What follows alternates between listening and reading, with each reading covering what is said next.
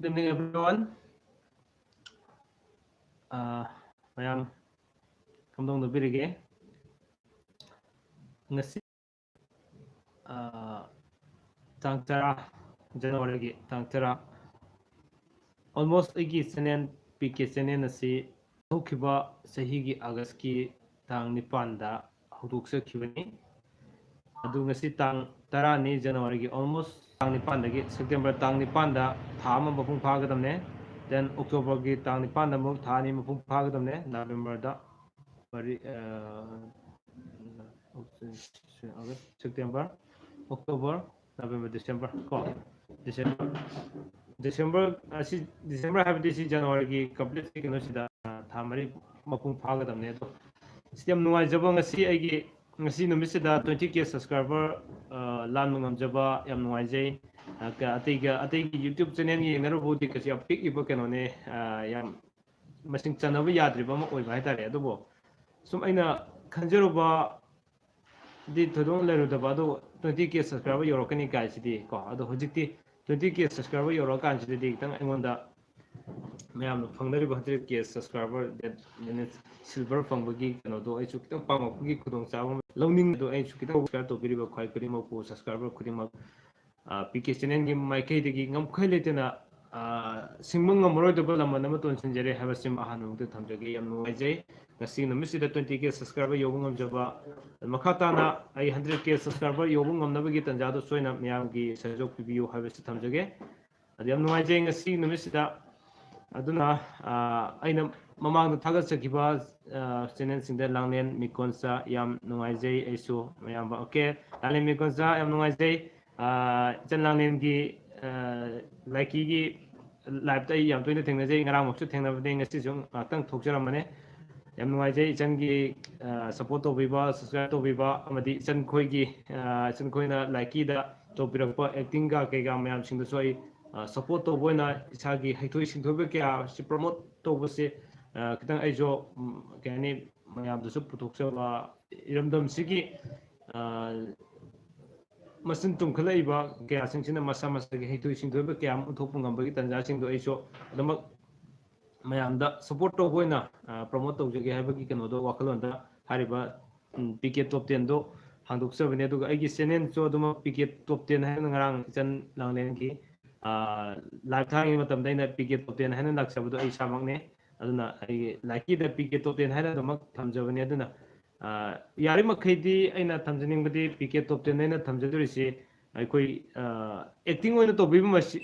acting oina to biba singchida mo ai ayam lo khajabane aduga ai koi music kuma yoba isai kuma sididi copyright ki thingma kyam leibini na aduna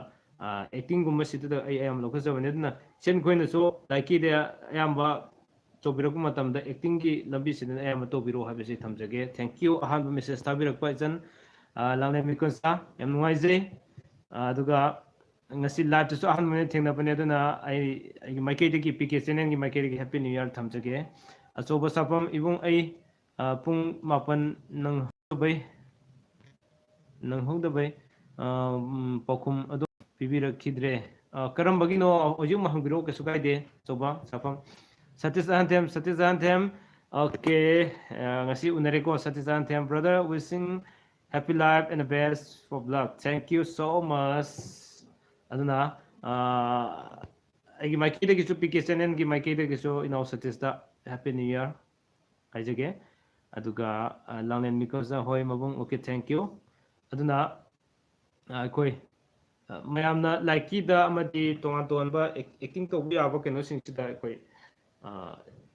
tobirok khudimak to PK channel na promote to joboina makhata na so dum PK top 10 amadi tongan tonba committee gi sin kya na chingba thamjari besing sida makhata na dum thamjabu ngamjana bagi damakta mayamna so tongan tonba social media da deriba laiki kumang ha entertainment obi aba sing sidum tobiro aina angam mathakta promote to joge support to jerke habisi thamjage aduna mayamna so aigi channel PK channel sing ngasi fawda 20k subscriber ngasi numisida tha mari almost pung pharak matam sida 20k subscriber yobung ngamhan biba mayam gi support to biba mayam gi laman chawba to sinjare habisi thamjage adu makha tana aina thamjaning bi PK channel na so mayam gi seba ngamli makai to jerke ꯀꯥꯟꯅꯔꯕ topic ꯀꯌꯥ ꯑꯃ ꯃꯈꯥ ꯇꯥꯅ ꯑꯗꯨꯃꯛ ꯑꯩ ꯊꯝꯖꯔꯛꯈꯤꯒꯦ ꯇꯧꯕꯇꯕꯨ ꯃꯌꯥꯝ ꯁꯨꯡ ꯏꯃꯥꯟꯅꯕ ꯀꯌꯥꯁꯤꯡꯗ ꯑꯗꯨꯃꯛ ꯂꯥꯏꯛ ꯁꯤꯌꯔ ꯇꯧꯕ ꯀꯥꯎꯕꯤꯒꯅꯨ ꯑꯗꯨꯒ ꯑꯩꯁꯨ ꯃꯌꯥꯝꯅ ꯐꯪꯅꯔꯤꯕ ꯑꯗꯨꯒꯨꯝꯅ 100K ꯁꯕꯁꯀ꯭ꯔꯥꯏꯕꯔꯒꯤ ꯐꯪꯕꯒꯤ ꯅꯨꯡꯉꯥꯏꯕꯒꯤ ꯃꯤꯀꯨꯞꯇꯨ ꯃꯌꯥꯝ ꯄꯨꯟꯅ ꯂꯧꯃꯤꯟꯅꯁꯤ ꯈꯨꯗꯣꯡꯆꯥꯕ ꯐꯪꯃꯤꯟꯅꯁꯤ ꯍꯥꯏꯕꯁꯤ ꯊꯝꯖꯒꯦ ꯑꯗꯨꯒ ꯃꯈꯥ ꯇꯥꯅ ꯂꯥꯛꯏꯁꯤ ꯑꯕꯦꯅꯥꯎ ꯊꯣꯉꯥꯝ congratulation brother 20K thank you so much ꯑꯕꯦꯅꯥꯎ ꯑꯣꯀꯦ ꯃꯈꯥ ꯇꯥꯅ ꯃꯌꯥꯝꯅ ꯁꯞꯄꯣꯔꯠ ꯇꯧꯕꯤꯔꯛꯑꯣ ꯑꯩ ꯇꯥꯔꯒꯦꯠꯁꯤ ꯍꯧꯖꯤꯛ ꯍꯥꯟꯅꯗꯤ ꯈꯟꯖꯔꯝꯗꯕꯅꯤ ꯍꯧꯖꯤꯛꯇꯤ ꯑꯩ ꯈꯟꯖꯔꯦ 100K ꯁꯕꯁꯀ꯭ꯔꯥꯏꯕꯔꯁꯤ ꯑꯩꯒꯤ ꯐꯪꯅꯤꯡꯕꯒꯤ ꯑꯄꯥꯝꯕ ꯈꯔ ꯁꯨꯝ ꯂꯥꯛꯄ ꯍꯥꯏꯇꯥꯔꯦꯀꯣ ꯑꯗꯨꯅ ꯍꯥꯏꯔꯤꯕ ꯈꯨꯗꯤꯡꯃꯛꯁꯦ ꯑꯩꯅ ꯃꯌꯥꯝꯒꯤ ꯀꯔꯤꯒꯨꯝꯕ ꯈꯔ ꯇꯧꯖꯕ ꯑꯃꯗꯤ ꯃꯌꯥꯝꯒꯤ ꯁꯞꯄꯣꯔꯠ ꯌꯥꯝ ꯗꯔꯀꯥꯔ ꯂꯩꯌꯦ ꯃꯌꯥꯝꯒꯤ ꯁꯞꯄꯣꯔꯠ ꯌꯥꯎꯗ꯭ꯔꯒꯗꯤ ꯑꯩꯅ ꯉꯝꯃꯣꯏꯗꯕꯅ ꯃꯔꯝ ꯑꯣꯏꯔꯒ ꯑꯩꯅꯁꯨ ꯃꯌꯥꯝꯒꯤ ꯀꯥꯟꯅꯕ ꯉꯝꯂꯤꯃꯈꯩ ꯈꯔ ꯍꯣꯠꯅꯖꯔꯛꯀꯦ ꯃꯌꯥꯝꯁꯨ ꯑꯩꯒꯤ ꯀꯥꯟꯅꯅꯕ ꯗꯦꯅꯤꯁ ꯑꯩꯒꯤ ꯁꯞꯄꯣꯔꯠ ꯇꯧꯕꯤꯕ ꯑꯁꯤ ꯂꯦꯡꯗꯅ ꯑꯗꯨꯃꯛ ꯂꯩꯕꯤꯌꯨ ꯍꯥꯏꯕꯁꯤ ꯊꯝꯖꯒꯦ ꯌꯥꯝ ꯅꯨꯡꯉꯥꯏꯖꯩ ꯉꯁꯤ ꯌꯥꯝ ꯁꯔꯄ꯭ꯔꯥꯏꯖ ꯑꯩꯒꯤ ꯋꯥꯆꯞ ꯒ꯭ꯔꯨꯞꯇꯁꯨ ꯉꯁꯤꯗꯤ ꯂꯥꯏꯚ ꯊꯥꯅꯤꯅ ꯐꯣꯡꯗꯣꯛꯆꯗꯕꯅꯤ ꯑꯗꯨ ꯁꯔꯄ꯭ꯔꯥꯏꯖ ꯑꯣꯏꯅ ꯐꯣꯡꯗꯣꯛꯆꯕ ꯃꯇꯝꯁꯤꯗ ꯇꯣꯉꯥꯟ ꯇꯣꯉꯥꯟꯕ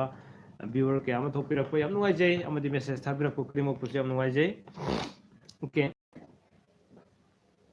ꯑꯗꯨꯅ ꯃꯄꯨꯡ ꯑꯣꯏꯅ ꯑꯩꯅ ꯁꯟꯗꯣꯛꯆꯈꯤꯕ ꯆꯦꯅꯦꯜꯗ ꯌꯨꯝꯕꯥꯂꯣꯟ ꯂꯝꯖꯤꯡꯒꯤ ꯁꯦꯔꯤꯁꯇ ꯍꯧꯖꯤꯛꯐꯥꯎꯗ ꯏꯄꯤꯁꯣꯠ 19 ꯏꯄꯤꯁꯣꯠ ꯂꯩꯈ꯭ꯔꯕꯅꯦ ꯍꯥꯏꯔꯤꯕ ꯏꯄꯤꯁꯣꯠꯁꯤꯡꯁꯤ ꯑꯩꯅ ꯈꯟꯖꯕꯗ ꯑꯩꯒꯤ ꯆꯦꯅꯦꯜꯁꯤꯡꯁꯤ ꯃꯅꯨꯡꯗ ꯃꯌꯥꯝꯅ ꯈ꯭ꯋꯥꯏꯗꯒꯤ ꯀꯥꯟꯅꯕ ꯐꯪꯕꯤꯕ ꯁꯤꯡꯒꯤ ꯃꯅꯨꯡꯗ ꯌꯨꯝꯕꯥꯂꯣꯟ ꯂꯝꯖꯤꯡꯁꯦ ꯑꯃ ꯑꯣꯏꯔꯝꯒꯅꯤ ꯍꯥꯏꯅ ꯊꯝꯖꯩ ꯑꯗꯣ ꯑꯩ ꯅꯍꯥꯟ ꯃꯃꯥꯡꯒꯤ ꯀꯩꯅꯣꯗ ꯃꯃꯥꯡꯒꯤ ꯂꯥꯏꯚ ꯏꯁꯇ꯭ꯔꯤꯝꯗ ꯑꯩꯅ ꯊꯝꯖꯈꯤꯕ ꯌꯨꯝꯕꯥꯂꯣꯟ ꯂꯝꯖꯤꯡ ꯃꯈꯥ ꯆꯠꯊꯖꯔꯛꯑꯅꯤ ꯍꯥꯏꯕꯗꯣ ꯍꯧꯖꯤꯛ ꯍꯧꯖꯤꯛ ꯇꯁꯦꯡꯅ ꯑꯩ ꯌꯨꯝꯕꯥꯂꯣꯟ ꯂꯝꯖꯤꯡꯁꯦ ꯒꯦꯞ ꯈꯔ ꯄꯤꯔꯒ ꯑꯩ ꯊꯝꯖꯔꯛꯀꯦꯅ ꯈꯟꯖꯕ ꯍꯥꯏꯇꯥꯔꯦꯀꯣ ꯑꯗꯨꯅ ꯁꯣꯏꯗꯅꯃꯛꯀꯤ ꯑꯩ ꯅꯨꯃꯤꯠ ꯑꯃꯃꯝ ꯈꯥꯏꯗꯣꯛꯑꯒ ꯊꯝꯃꯁꯤꯔꯥ ꯍꯥꯏꯅ ꯁꯨꯝꯁꯨ ꯈꯟꯕ ꯁꯤ ꯃꯌꯥꯝꯒꯤ ꯁꯖꯦꯁꯟꯁꯨ ꯇꯧꯕꯤꯔꯣ ꯃꯌꯥꯝ ꯁꯖꯦꯁ ꯇꯧꯕꯤꯔꯣ ꯅꯨꯃꯤꯠ ꯈꯥꯏꯗꯣꯛꯑꯒ ꯍꯞꯇꯥ ꯅꯨꯃꯤꯠ 9ꯁꯤ ꯃꯅꯨꯡꯗ ꯏꯟꯇꯔꯇꯦꯟꯃꯦꯟꯒꯤ ꯃꯇꯝ ꯗꯦꯟ ꯑꯗꯨꯒ ꯄꯥꯎꯒꯤ ꯃꯇꯝ ꯕ꯭ꯔꯦꯀꯤꯡ ꯅ꯭ꯌꯨꯁꯀꯨꯝꯕ ꯂꯥꯛꯄꯗꯨꯗꯤ ꯈꯨꯗꯛꯀꯤ ꯁꯨꯝ ꯑꯩ ꯂꯥꯏꯚ ꯈꯪꯗꯦ ꯀꯩ ꯁꯨꯝ ꯇꯧꯖꯔꯛꯀꯦꯀꯣ ꯑꯩꯅ ꯊꯦꯡꯅꯕ ꯃꯈꯩꯗꯨꯗꯤ ꯗꯦꯟ ꯑꯗꯨꯒ ꯑꯩꯅ ꯊꯝꯖꯅꯤꯡꯕꯗꯤ ꯃꯄꯨꯡ ꯑꯣꯏꯅ ꯌꯨꯝꯕꯥꯂꯣꯟ ꯂꯝꯖꯤꯡ ꯂꯩꯔꯦ ꯗꯦꯟ PK ꯍꯦꯜꯗꯤ ꯍꯥꯏꯅ ꯑꯩꯈꯣꯏ ꯍꯛꯆꯥꯡꯒꯤ ꯐꯕ ꯑꯁꯤꯒꯨꯝꯕ ꯗꯦꯟ ꯑꯩꯈꯣꯏ ꯑꯅꯥ ꯂꯥꯏꯌꯦꯡꯒꯤ ꯃꯇꯥꯡꯗ ꯁꯤꯒꯨꯝꯕꯁꯨ ꯈꯔ ꯑꯗꯨꯝ ꯊꯝꯖꯔꯛꯈꯤꯒꯦꯅ ꯈꯟꯖꯔꯤ ꯏꯄꯤꯁꯣꯠ 9 ꯗꯦꯟ ꯑꯗꯨꯒ ꯑꯁꯥꯗꯤ ꯌꯥꯝ ꯂꯩꯀꯣ ꯇꯧꯅꯤꯡꯕꯗꯤ ꯌꯥꯝ ꯂꯩ PK ꯆꯦꯅꯦꯜꯅ ꯍꯥꯏꯔꯤꯕ ꯈꯨꯗꯤꯡꯃꯛꯁꯦ ꯍꯥꯟꯅ ꯑꯩ ꯐꯣꯀꯁ ꯇꯧꯅꯤꯡꯕꯗꯤ ꯃꯌꯥꯝꯗ ꯀꯥꯟꯅꯒꯗꯕ ꯊꯕꯛ ꯊꯧꯔꯝꯁꯤꯡꯗ ꯍꯥꯟꯅ ꯑꯩ ꯐꯣꯀꯁ ꯇꯧꯅꯤꯡꯕ ꯍꯥꯏꯇꯥꯔꯦꯀꯣ ꯑꯗꯨꯅ ꯉꯝꯂꯤ ꯃꯈꯩꯗꯤ ꯑꯩ ꯑꯗꯨꯃꯛ ꯇꯧꯖꯈꯤꯒꯦ ꯃꯌꯥꯝꯅꯁꯨ ꯁꯞꯄꯣꯔꯠ ꯂꯦꯡꯗꯅ ꯑꯗꯨꯃꯛ ꯇꯧꯕꯤꯔꯣ ꯃꯌꯥꯝꯒꯤ ꯁꯞꯄꯣꯔꯠ ꯌꯥꯎꯗꯅ PK ꯆꯦꯅꯦꯜꯅ ꯃꯌꯥꯝꯒꯤ ꯁꯦꯕꯥ ꯇꯧꯕ ꯉꯝꯖꯔꯣꯏ ꯍꯥꯏꯕꯁꯤ ꯊꯝꯖꯒꯦ ꯑꯗꯨꯒ ꯃꯣꯅꯤꯀꯥ ꯂꯥꯏꯁ꯭ꯔꯝ ꯆꯥꯛ ꯆꯥꯔꯕ ꯗꯗꯥ ꯏꯕꯨꯡꯁꯤ ꯌꯥꯝ ꯄꯣꯡꯉꯦ ꯑꯩꯅ ꯍꯥꯏꯕꯗꯣ ꯇꯥꯛꯄꯤꯔꯛꯇꯦꯀꯣ ꯃꯣꯅꯤꯀꯥ ꯋꯥꯆꯞꯇꯁꯨ ꯕ꯭ꯂꯣꯛ ꯇꯧꯕꯤꯔꯕ ꯃꯥꯜꯂꯦ ꯌꯥꯝ ꯁꯥꯎꯈꯤꯕ ꯃꯥꯜꯂꯦ ꯅꯨꯃꯤꯠꯇꯣ ꯑꯩ ꯇꯨꯝꯈꯤꯕꯅꯤꯀꯣ ꯑꯣꯟꯂꯥꯏꯟ ꯂꯩꯔꯒ ꯁꯨꯝ ꯇꯨꯝꯊꯈꯤꯕꯅꯤ ꯈꯪꯍꯧꯗꯕ ꯍꯣꯜ ꯑꯌꯨꯛꯇꯒꯤ ꯇꯨꯏꯁꯟ ꯃꯊꯪ ꯇꯧꯔꯛꯄ ꯃꯌꯥꯝꯗꯨꯗꯒꯤ ꯅꯨꯃꯤꯗꯥꯡꯋꯥꯏꯔꯝꯗ ꯉꯥꯏꯍꯥꯛꯇꯪ ꯅꯨꯃꯤꯠ ꯇꯥꯔꯛ ꯍꯥꯏꯗꯤ ꯊꯦꯡꯂꯛꯄꯗ ꯐꯣꯟ ꯉꯥꯛꯇꯪ ꯄꯥꯏꯔꯝꯕꯗꯒꯤ ꯈꯪꯍꯧꯗꯅ ꯁꯨꯝ ꯇꯨꯝꯊꯈꯤꯕꯅꯤ ꯑꯗꯨꯅ ꯃꯦꯁꯦꯖ ꯌꯥꯝ ꯂꯩꯔꯝꯃꯦ ꯑꯃꯨꯛ ꯍꯟꯕꯁꯨ ꯑꯃꯨꯛ ꯁꯥꯎꯔꯕ ꯀꯩꯅꯣ ꯕ꯭ꯂꯣꯛꯁꯨ ꯑꯗꯨꯝ ꯇꯧꯕꯤꯈ꯭ꯔꯕ ꯃꯥꯜꯂꯦ ꯑꯩꯅ ꯑꯃꯨꯛ ꯃꯦꯁꯦꯖ ꯏꯕꯁꯨ ꯍꯧꯖꯤꯛꯐꯥꯎꯗ ꯁꯨꯝ ꯍꯥꯡꯗꯣꯛꯇ꯭ꯔꯤ ꯍꯥꯏꯕꯁꯤ ꯊꯝꯖꯒꯦ ꯏꯆꯟ ꯃꯣꯅꯤꯀꯥ ꯌꯥꯝ ꯁꯥꯎꯈꯤꯕꯗꯣ ꯊꯥꯗꯣꯛꯄꯤꯌꯣ ꯃꯌꯥꯝꯒꯤ ꯁꯦꯕꯥ ꯌꯥꯝ ꯇꯧꯖꯕꯅꯦ ꯃꯌꯥꯝꯅ ꯋꯥꯔꯧꯕ ꯀꯌా ꯑꯃꯁꯨ ꯂꯩ ꯈꯨꯗꯤꯡꯃꯛꯇꯨ ꯃꯌꯥꯝꯒꯤ ꯅꯤꯡꯕ ꯊꯨꯡꯍꯟꯕꯗꯤ ꯈꯔ ꯋꯥꯏ ꯑꯗꯨꯅ ꯉꯝꯂꯤ ꯃꯈꯩꯗꯤ ꯑꯩ ꯑꯌꯥꯝꯕ ꯃꯇꯝꯗ ꯁꯦꯀ꯭ꯔꯤꯐꯥꯏꯁ ꯇꯧꯖꯔꯒ ꯃꯌꯥꯝꯒꯤꯗꯃꯛ ꯊꯝꯖꯕꯅꯦ ꯑꯗꯨꯒ ꯏꯆꯟ ꯃꯣꯅꯤꯀꯥꯗ ꯑꯩꯅ ꯍꯥꯏꯖꯅꯤꯡꯕꯗꯤ ꯏꯆꯟ ꯃꯣꯅꯤꯀꯥꯒꯤ ꯍꯤꯗꯥꯛ ꯑꯃ ꯍꯥꯏꯔꯝꯕꯗꯨꯁꯨ ꯍꯧꯖꯤꯛ ꯂꯩꯔꯕꯅꯤ ꯑꯗꯣ ꯍꯤꯗꯥꯛꯇꯨꯒꯤ ꯃꯇꯥꯡꯗꯁꯨ ꯀꯩ ꯈꯟꯅꯁꯤꯒꯦ ꯍꯥꯏꯕꯒꯤ ꯃꯇꯥꯡꯁꯨ ꯑꯗꯨꯃꯛ ꯐꯣꯡꯗꯣꯛꯄꯤꯔꯣ ꯕ꯭ꯂꯣꯛꯇ ꯂꯩꯈꯤꯕꯒꯤ ꯃꯃꯤ ꯑꯃꯁꯨ ꯇꯥꯏ ꯃꯗꯨꯝ ꯌꯥꯝ ꯅꯨꯡꯉꯥꯏꯖꯗꯦ ꯈꯪꯅꯤꯡꯕ ꯍꯪꯅꯤꯡꯕ ꯑꯗꯩ ꯇꯥꯟꯅꯁꯦ ꯍꯥꯏꯕ ꯈꯨꯗꯤꯡꯃꯛꯇꯣ ꯑꯩꯈꯣꯏ ꯇꯥꯟꯅꯕ ꯌꯥꯕ ꯂꯝꯕꯤ ꯈꯨꯗꯤꯡꯃꯛꯇꯣ ꯕ꯭ꯂꯣꯛ ꯇꯧꯔꯒꯗꯤ ꯑꯩꯁꯨ ꯌꯥꯝ ꯅꯨꯡꯉꯥꯏꯖꯗꯦ ꯑꯩꯅ ꯃꯦꯁꯦꯖ ꯍꯜꯂꯛꯑꯒ ꯑꯩꯒꯤ ꯋꯥꯍꯩꯗꯤ ꯅꯨꯡꯉꯥꯏꯇꯕ ꯀꯌꯥ ꯂꯩꯕ ꯇꯥꯔꯒꯗꯤ ꯕ꯭ꯂꯣꯛ ꯇꯧꯕꯤꯌꯨ ꯌꯥꯏ ꯑꯗꯨꯒ ꯃꯦꯁꯦꯖ ꯍꯜꯂꯛꯇꯕꯗꯤ ꯑꯩꯅ ꯀꯔꯤ ꯇꯧꯔꯝꯒꯅꯤ ꯑꯩꯁꯤ ꯇꯨꯝꯊꯈꯤꯕ꯭ꯔꯥ ꯍꯥꯏꯕꯒꯤ ꯃꯇꯥꯡꯁꯨ ꯈꯤꯇꯪ ꯈꯜꯍꯟꯅꯤꯡꯕ ꯑꯃ ꯂꯩ ꯌꯥꯝ ꯅꯨꯡꯉꯥꯏꯖꯗꯦ ꯑꯗꯨꯃꯗꯤꯀꯣ ꯑꯣꯀꯦ ꯑꯩ ꯃꯊꯪ ꯂꯧꯈꯠꯆꯒꯦ ꯋꯥꯔꯧꯕꯤꯅꯣ ꯏꯆꯟ ꯃꯣꯅꯤꯀꯥ ꯅꯤꯛꯁꯟ ꯂꯨꯋꯥꯡ ꯂꯥꯏꯚ ꯊꯥꯔꯛꯄꯁꯦ ꯅꯨꯡꯉꯥꯏꯌꯦ ꯊꯦꯡꯛ ꯌꯨ ꯅꯤꯛꯁꯟ ꯂꯨꯋꯥꯡ ꯑꯣꯖꯥ ꯁꯅꯥꯃꯥꯏꯕꯝ ꯅꯨꯄꯥꯒꯤ ꯃꯄꯣꯛ ꯅꯨꯃꯤꯠꯇꯒꯤ ꯊꯤꯕꯗ ꯑꯅꯤꯁꯨꯕ ꯇꯔꯨꯛ ꯁꯨꯕꯁꯦ ꯎꯌꯥꯟ ꯇꯥꯏ ꯑꯣꯀꯦ ꯎꯌꯥꯟ ꯇꯥꯕꯗꯨꯃꯛ ꯐꯩ ꯑꯆꯧꯕ ꯁꯥꯐꯝ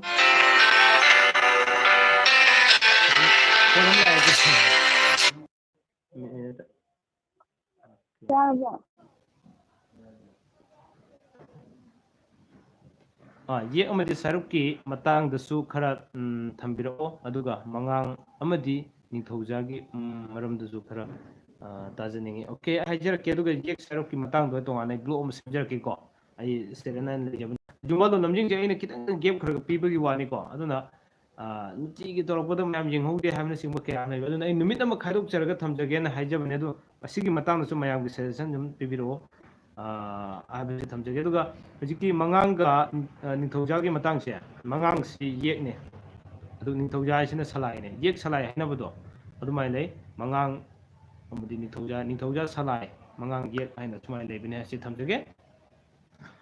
ꯑꯗꯨꯒ MK ꯑꯉꯝꯃꯔꯤꯡ, welcome back to my channel. WhatsApp ꯒ꯭ꯔꯨꯞꯇ ꯑꯩꯁꯨ ꯌꯥꯎꯖꯒꯦ. ꯑꯣꯀꯦ, ꯃꯦꯁꯦꯖ ꯑꯝꯇꯪ ꯊꯥꯕꯤꯔꯛꯑꯣ ꯑꯩꯒꯤ ꯅꯝꯕꯔꯗ ꯀꯣ, ꯑꯉꯝꯃꯔꯤꯡ. ꯑꯗꯨꯒ ꯑꯗꯨꯝ ꯑꯩ ꯃꯈꯥ ꯑꯣꯏꯅ ꯍꯥꯏꯖꯔꯛꯀꯦ. ꯁꯣꯔꯤ, ꯂꯤꯡꯗꯩ ꯊꯝꯖꯔꯛꯀꯦ ꯑꯩꯒꯤ ꯒ꯭ꯔꯨꯞꯇꯨꯗ, ꯍꯥꯏꯕꯗꯤ PK ꯁꯕꯁꯀ꯭ꯔꯥꯏꯕꯔ ꯒ꯭ꯔꯨꯞ ꯍꯥꯏꯅ ꯂꯩꯖꯩ, ꯑꯗꯨꯗ ꯑꯩ ꯁꯨꯝ ꯊꯝꯖꯔꯛꯀꯦꯀꯣ. ꯑꯣꯀꯦ, ꯑꯗꯨꯒ ꯃꯔꯤꯁꯨꯕꯁꯦ ꯆꯦꯒꯞꯇꯥꯏ. ꯑꯗꯨꯒ ꯑꯗꯨ ꯑꯣꯏꯔꯒ ꯅꯤꯄꯥꯜ ꯁꯨꯕꯁꯦ ꯆꯦꯒꯞ ꯇꯥꯐꯝ ꯊꯣꯛꯇꯕ꯭ꯔꯣ? ꯅꯤꯄꯥꯜ ꯁꯨꯕ ꯍꯥꯏꯅꯗꯤ ꯂꯩꯇ꯭ꯔꯦ. ꯇꯔꯦꯠꯇꯒꯤ ꯑꯃꯨꯛ ꯃꯀꯣꯛꯇꯤ ꯑꯃꯨꯛ ꯂꯥꯛꯀꯗꯕꯅꯦ ꯍꯥꯏꯕꯁꯤ ꯊꯝꯖꯒꯦꯀꯣ.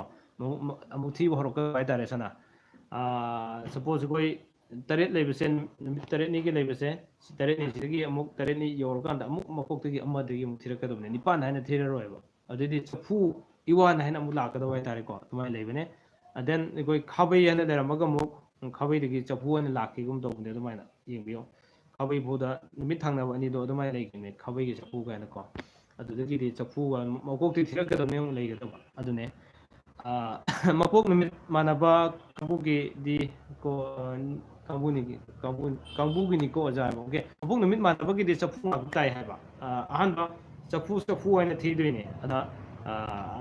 ꯍꯦꯟꯗꯣꯛꯅ ꯊꯤꯕꯒꯤ ꯃꯊꯧ ꯀꯩꯁꯨ ꯇꯥꯗ꯭ꯔꯦ. ꯑꯃꯨꯛ ꯃꯀꯣꯛꯇꯤ ꯊꯤꯔꯛꯀꯗꯕꯅꯦ ꯍꯥꯏꯕꯁꯤ ꯊꯝꯖꯒꯦꯀꯣ.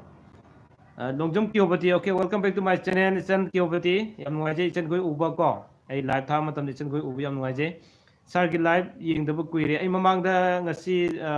ꯗꯦ ꯕꯤꯐꯣꯔ ꯌꯦꯁꯇꯔꯗꯦꯗ ꯑꯩ ꯂꯥꯏꯚ ꯑꯃꯨꯛ ꯇꯧꯖꯈꯤꯕꯅꯦ. ꯑꯗꯨꯒ ꯍꯟꯗꯛꯁꯤ ꯅꯪꯗꯕꯒꯤ ꯂꯥꯏꯚ ꯊꯥꯕꯒꯤꯁꯨ ꯑꯩ ꯃꯇꯝ ꯑꯃꯃꯝ ꯊꯝꯖꯔꯛꯀꯅꯤꯀꯣ. ꯑꯗꯨꯅ ꯌꯥꯝ ꯅꯨꯡꯉꯥꯏꯖꯩ. ꯗꯦꯟ ꯑꯗꯨꯒ ꯅꯤꯛꯁꯟ ꯂꯨꯋꯥꯡ, ꯃꯊꯪ ꯁꯇꯔꯗꯦꯗ ꯀꯩ ꯍꯥꯏꯅꯣ, ꯃꯊꯟꯇ ꯁꯇꯔꯗꯦꯗ ꯄꯣꯛꯄꯒꯤ ꯃꯔꯝꯗ ꯍꯥꯏꯕꯤꯔꯛꯑꯣ ꯀꯀꯥ. ꯃꯊꯟꯇ ꯁꯇꯔꯗꯦꯗ ꯄꯣꯛꯄ, ꯅꯨꯃꯤꯠ ꯑꯗꯨ ꯀꯔꯤ ꯊꯥꯅꯣ ꯍꯥꯏꯕꯒꯤ ꯑꯃ ꯂꯩ. ꯑꯗꯨꯒ ꯃꯥꯒꯤ ꯔꯥశꯤꯒꯤ ꯃꯇꯨꯡ ꯏꯟꯅ ꯇꯣꯉꯥꯟꯅ ꯑꯗꯨꯗꯤ ꯃꯦꯁꯦꯖ ꯐꯖꯅ ꯊꯥꯕꯤꯔꯛꯑꯣ, ꯑꯩ ꯁꯣꯏꯗꯅ ꯍꯥꯏꯖꯔꯛꯀꯦꯀꯣ. ꯂꯥꯏꯖ ꯏꯟꯇꯔꯇꯦꯟꯃꯦꯟ, ꯁꯥꯔꯒꯤ ꯂꯥꯏꯚ ꯏꯁꯇ꯭ꯔꯤꯝꯁꯦ ꯌꯥꯝ ꯅꯨꯡꯉꯥꯏ ꯇꯥꯕꯗ. Thank you sir, thank you so much sir. Sir Rajesh, Laiz entertainment, ꯑꯩ ꯃꯌꯥꯝꯗ, ꯑꯩꯒꯤ ꯅꯨꯡꯁꯤꯖꯔꯕ ꯁꯕꯁꯀ꯭ꯔꯥꯏꯕꯔ ꯃꯌꯥꯝꯗꯁꯨ ꯀꯩꯒꯨꯝꯕ ꯊꯝꯖꯒꯦ. ꯍꯧꯖꯤक ꯂꯥꯏꯖ इन्टरटेनमेंट हाइना अꯩꯒꯤ सार को अꯩꯒꯤ स्टाफ ओमिनाबने देन अदुगा अꯩꯒꯤ ट्यूशन सेंटर दसो थवा यावना ओजा ओबिरिबो कनोने अदु मागी यूट्यूब चैनल लाइज इंटरटेनमेंट सिदसो मयामना सब्सक्राइब तोबियो याम नुवाइबा वीडियो ब्लॉग कया अमा सेमिबनी कोई सार सिनसो को कानारगदबा अदुना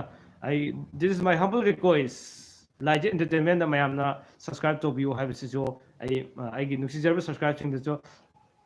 सॉरी अꯩꯒꯤ नुसिजरबा सब्सक्राइबर सिंदसो अदुमक अꯩ मयामदा रिक्वेस्ट तौजरी लाइज इंटरटेनमेंट हाइदना यूट्यूब चैनल अमा लेबसिदा मयाम सब्सक्राइब तौबियो हाइबसि अमुक सोयना हाइजरी थैंक यू अदुना Satish Ahanthem brother education in Manipur and role of teacher की टॉपिक वीडियो अमा अपलोड तौबियो एंड डिस्कशन अस अई ख्वाइदि पामजबा अदुदि अई सोयदना तौजरगे सतीश अहंथेम ओके यामसिमा अई याम नुवाइजे सोयदना कई तौजरगे असि याम मरु ओइबा अमा ओयना खनजेको अदुना कोई रोल ऑफ टीचर्स सी हजिक लेरिबा कनोसिंगसिगी मतांगदा याम दरकार लई मसी अई मखन मखन की मियोय क्याम उनजरगा सोयदनबकी थमजगे अदो सतीश अहंथेम हारिबा मेसेज सिमक अईगी व्हाट्सएप नंबर दा अमतक थाबिरो को अई खतंग कॉल मयाम थेंगदबने नतंग कॉल गिबसि अई कॉल बासे अईना खंजब ओय अदुबो अई हेना अमुक खरतुना निंगसिंग ngamnabagi damta अई व्हाट्सएप दा अमतक थाबिरो होइद्रोम टोनी मंगांग मंगांग दा पीके थाबल ओके थैंक यू पीके थाबल अई थाबल नाइजेदी को मयाम चोंगदुगी nga entertainment ओइना थागजबि वाने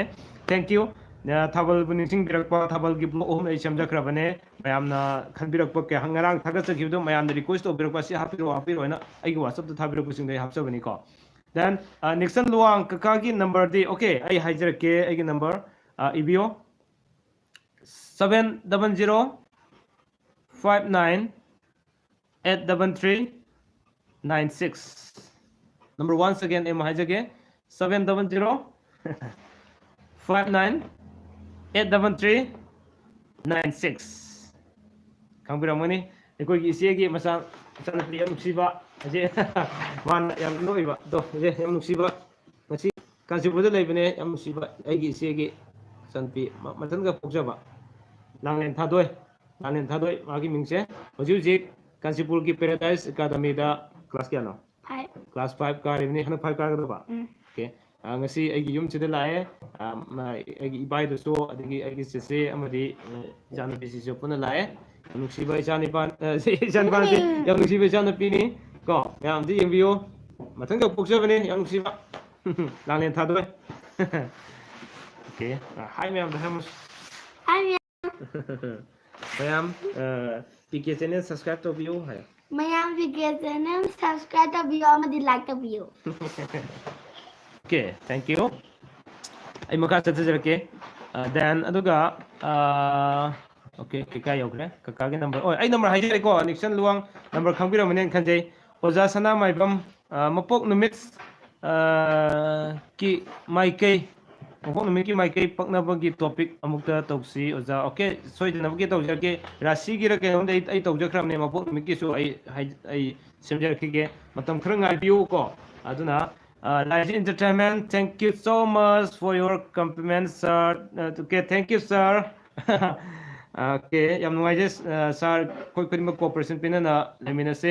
ꯀꯣ ꯑꯗꯨꯅ ꯑꯩ ꯑꯃꯨꯛꯀꯁꯨ ꯍꯥꯏꯖꯔꯤꯁꯤꯅꯦ ꯂꯥꯏꯐ entertainmentꯗ ꯁꯕꯁꯀ꯭ꯔꯥꯏꯕ ꯇꯧꯕꯤꯌꯨ ꯑꯩꯒꯤ ꯅꯨꯡꯁꯤꯖꯔꯕ ꯑꯣꯖꯥ ꯑꯩꯒꯤ ꯁ꯭ꯇꯥꯐ ꯑꯣꯏꯅꯁꯨ ꯂꯩꯃꯤꯟꯅꯔꯤꯕ ꯌꯥꯝ ꯅꯨꯡꯁꯤꯖꯔꯕ ꯑꯣꯖꯥꯅꯤ ꯃꯥꯒꯤ ꯂꯥꯏꯐ entertainment ꯌꯨꯇ꯭ꯌꯨꯕ ꯆꯦꯅꯦꯜ ꯌꯥꯝ ꯅꯨꯡꯉꯥꯏꯕꯅꯤ ꯁꯕꯁꯀ꯭ꯔꯥꯏꯕ ꯇꯧꯕꯤꯌꯨ ꯑꯗꯨꯒ ꯑꯩꯈꯣꯏ ꯑꯃꯠꯇ ꯑꯣꯏꯅ ꯂꯣꯏꯅ ꯆꯠꯃꯤꯟꯅꯁꯦ ꯍꯥꯏꯕꯁꯤ ꯊꯝꯖꯒꯦ ꯕꯤꯃꯣꯜ ꯃꯩꯇꯩ ꯑꯏꯪꯕ ꯃꯔꯛꯁꯤꯗ ꯃꯌꯥꯝꯒꯤ ꯁꯦꯕꯥ ꯇꯧꯕꯤꯕ ꯊꯥꯒꯠꯆꯔꯤ ꯁꯥꯔ ꯊꯦꯡꯛ ꯌꯨ ꯕꯤꯃꯣꯜ ꯑꯏꯪꯕ ꯀꯥꯎꯔꯦ ꯃꯌꯥꯝ ꯋꯥ ꯉꯥꯡꯊꯣꯛꯄꯁꯤꯅ ꯍꯧꯖꯤꯛ ꯑꯩꯁꯦ ꯍꯧꯖꯤꯛ ꯑꯩꯅ ꯂꯩꯖꯔꯤ ꯃꯐꯝꯁꯦ ꯑꯩꯒꯤ ꯇꯨꯏꯁꯟ ꯁꯦꯟꯇꯔ ꯃꯐꯝꯅꯤꯀꯣ ꯑꯉꯥꯡꯁꯤꯡ ꯁꯨꯇꯤ ꯊꯥꯈ꯭ꯔꯦ ꯁꯨꯇꯤ ꯊꯥꯔꯒ ꯈꯔꯅ ꯃꯊꯛꯇ ꯂꯩꯅꯈ꯭ꯔꯦ ꯑꯗꯨꯒ ꯇꯟꯖꯥꯁꯤꯗ ꯉꯥꯏꯍꯥꯛꯇꯪ ꯃꯣꯏ ꯆꯥꯛ ꯏꯁꯤꯡ ꯆꯥꯕ ꯇꯥꯏꯃꯤꯡꯁꯨ ꯑꯣꯏꯔꯦ ꯑꯗꯨ ꯉꯥꯏꯍꯥꯛꯇꯪ live ꯊꯥꯖꯍꯧꯕꯅꯦ then aduga okay Satish Anthem lovely and smart child okay thank you smart child hai thank you hello yam nuksiba angang ni thank you kenana ngi ko thank you kaka Satish sayo thank you kaka Satish thank you so much okay next okay I'll select withdraw Tony Mangang Dapike Manipur da with you and happy new year Mangang thank you so much and same to you same to you withdraw Tony Mangang okay ꯑꯩꯈꯣꯏ ꯏꯅꯥꯎ ꯀꯩꯅꯣꯅ ꯇꯣꯅꯤꯅ ꯗꯥꯄꯤꯀꯦ ꯍꯥꯏꯔꯛꯄꯁꯤ ꯌꯥꯝ ꯅꯨꯡꯉꯥꯏꯕ ꯋꯥꯔꯤ ꯑꯃ ꯑꯩ ꯃꯃꯥꯡꯗ ꯈꯤꯇꯪ ꯄꯟꯖꯈꯤꯕ ꯑꯃ ꯂꯩ ꯍꯟꯗꯛꯀꯤ ꯑꯩꯒꯤ ꯑꯅꯤꯁꯨꯕ ꯏꯆꯥ ꯅꯨꯄꯥ ꯑꯃ ꯐꯪꯖꯕꯗꯣ ꯀꯩꯅꯣꯗ ꯑꯩꯈꯣꯏꯒꯤ ꯔꯥꯖ ꯃꯦꯗꯤꯁꯤꯇꯤꯗ ꯑꯩꯈꯣꯏꯒꯤ ꯗꯣꯛꯇꯔ ꯁꯥꯔꯖꯤꯠꯅ ꯑꯣꯄꯔꯦꯁꯟ ꯇꯧꯔꯒ ꯄꯣꯛꯄꯤꯈꯤꯕꯅꯦ ꯑꯩꯅ ꯄꯥꯝꯖꯕ ꯄꯨꯡꯐꯝ ꯑꯃꯗꯤ ꯑꯩꯅ ꯄꯥꯝꯖꯕ ꯅꯨꯃꯤꯠ ꯂꯣꯏꯅ ꯑꯣꯄꯔꯦꯁꯟ ꯇꯧꯔꯒ ꯄꯣꯛꯄꯤꯔꯦ ꯌꯥꯝ ꯅꯨꯡꯉꯥꯏꯖꯕ ꯃꯤꯀꯨꯞ ꯑꯃ ꯑꯣꯏꯈꯤ ꯑꯗꯨꯗ ꯑꯣꯄꯔꯦꯁꯟ ꯇꯧꯕ ꯂꯣꯏꯔꯒ ꯁꯣꯝꯗ ICUꯗ ꯉꯥꯏꯍꯥꯛꯇꯪ ꯏꯟꯁꯤꯟꯈꯤꯕ ꯑꯩꯒꯤ ꯋꯥꯏꯐꯁꯤ ꯏꯟꯁꯤꯟꯈꯤꯕ ꯃꯇꯝꯗ ꯑꯩꯈꯣꯏꯒꯤ ꯅꯔꯁꯁꯤꯡꯅ ꯍꯥꯏꯕꯤꯕ ꯍꯥꯏꯇꯥꯔꯦ ꯉꯁꯤꯗꯤ ꯃꯣꯏꯅꯗꯤ ꯈꯪꯕ ꯅꯠꯇꯦ ꯉꯁꯤꯗꯤ PKꯒꯤ ꯃꯆꯥ ꯄꯣꯛꯀꯅꯤ PKꯒꯤ ꯃꯆꯥ ꯄꯣꯛꯀꯅꯤꯅ ꯍꯥꯏꯕꯗꯣ ꯌꯥꯝ ꯅꯤꯡꯁꯤꯡꯉꯛꯄ ꯍꯥꯏꯇꯥꯔꯦ ꯉꯁꯤ ꯗꯥ PKꯅꯀꯣ ꯍꯨꯏꯗ꯭ꯔꯣꯝ ꯇꯣꯅꯤ ꯏꯅꯥꯎ ꯇꯣꯅꯤꯅ ꯍꯥꯏꯕꯤꯔꯛꯄ ꯁꯨꯝ ꯑꯩ ꯈꯪꯅꯤꯡ ꯅꯤꯡꯁꯤꯡꯉꯛꯄ ꯍꯥꯏꯇꯥꯔꯦ ꯑꯗꯨꯒꯤ ꯃꯌꯥꯝꯅ ꯁꯤꯌꯔ ꯇꯧꯖꯕꯅꯦ ꯋꯥꯔꯧꯕꯤꯕ ꯌꯥꯗꯦꯀꯣ ꯋꯥꯔꯤꯗꯨ ꯁꯨꯝ ꯑꯩ ꯈꯪꯅꯤꯡ ꯅꯤꯡꯁꯤꯡꯉꯛꯄ ꯌꯥꯝ ꯅꯨꯡꯁꯤꯔꯛꯄ ꯍꯥꯏꯇꯥꯔꯦ ꯑꯩꯁꯦ PK ꯍꯥꯏꯅ ꯃꯌꯥꯝꯅ ꯈꯪꯅꯕꯤꯕ ꯑꯁꯤꯃꯛꯁꯨ खितंग सुम होइने अइन तौजरबसे खितंग जो मही यानजरेना खंजबा अदना हॉस्पिटल दा गैर मफम दा पीके गी हना सुम मयामना हाइबिबदो याम माजे ओके आई मखा लखजगे लाइस्टम सुभाषनी याम फजये बलासे ओके याम फजये बलासे थोकरे कंग्रेचुलेशन दागी सब्सक्राइबर मस्टिंग से उबदा thank you so much Subhasini noi mayamna matching pangbiba noi mayamna support tobiba noi mayamna nungsibiba PK channel mo kawbidaba noi mayamna patam khudimukta support tobiba sina ngasi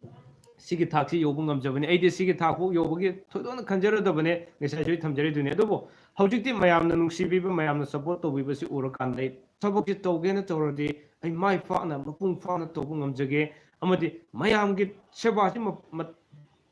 mafam matam khudimukta mayamgi tamte lepsage karigumba kan hojik ai monetize torkanda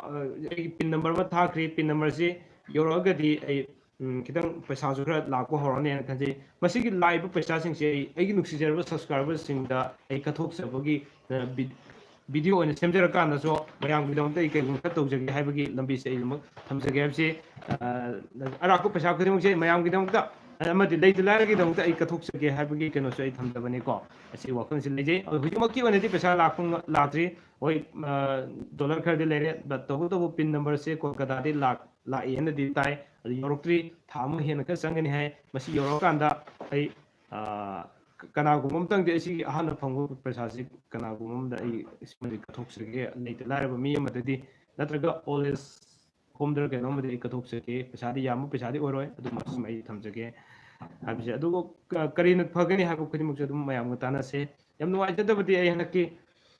subscriber singebu whatsapp group ma hangmasida mamangda khongjom da diamond fm na sandopirapadagi khongjomgi mengjorgi imungda mateng pangsena hainaba matamda igi isan lam lapna leiba isan isan amaga then adagi jiri dagi isan amaga then adagi khoigi staff miss ama tentharagi miss amaga humna lupa sanga pibire aduga ingoni lupa sanga amaga habuga sumana lising ani ka pigadopsi sum ikarakpadagi pijadre mapung pham ngamdre matungdadi koi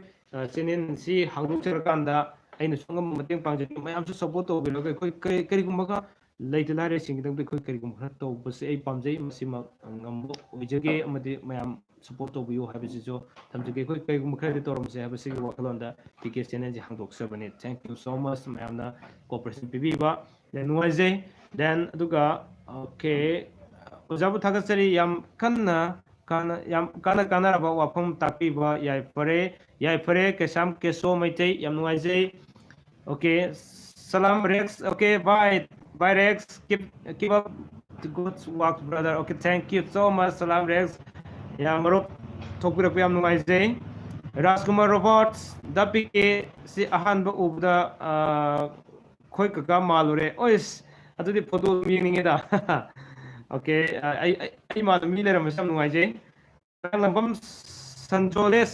nupana wednesday nupina sunday wednesday thursday friday saturday sunday sapu ngak ta ai boy de then sagol sem ravi saksar bo pk ai sak sajadri hojiki koi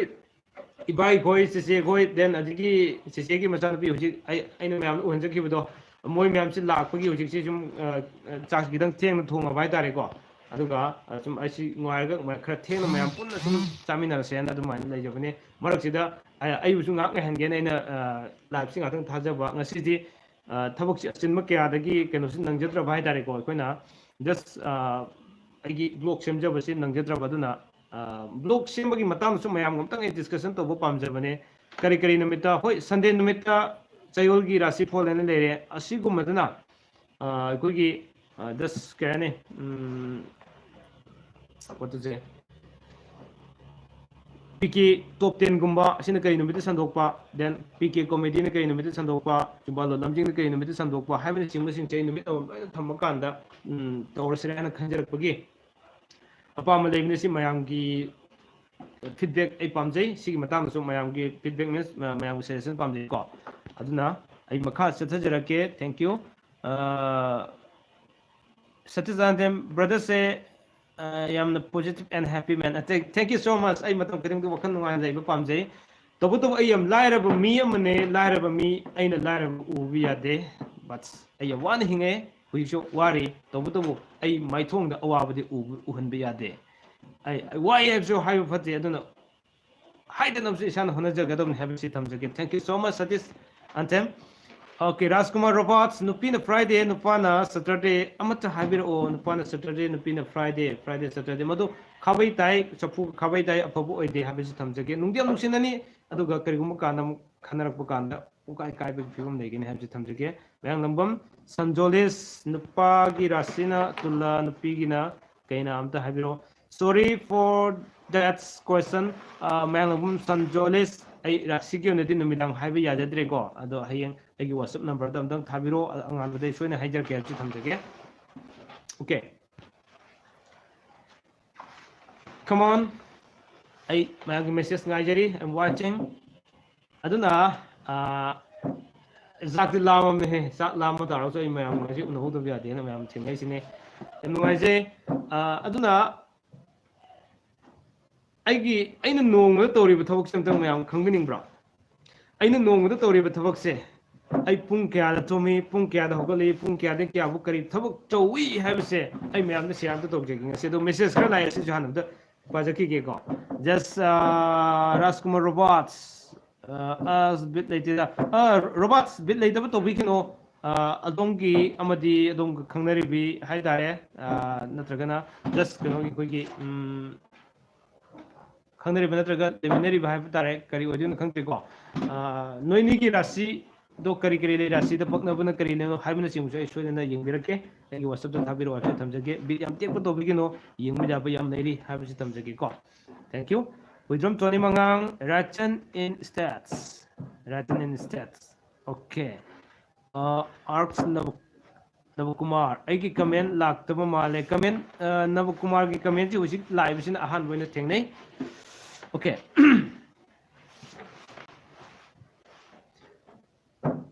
ꯑꯩ ꯅꯣꯡꯃꯒꯗ ꯄꯨꯡ ꯀꯌꯥ ꯇꯨꯝꯕꯅꯣ ꯑꯗꯨꯗꯤ ꯑꯩ ꯅꯤꯡꯁꯤꯡꯗ꯭ꯔꯦ ꯄꯨꯡ 3:30 ꯍꯧꯖꯩ ꯄꯨꯡ 3:30 ꯍꯧꯋꯦ ꯄꯨꯡ 4ꯗꯒꯤ tuition ꯆꯠꯂꯦ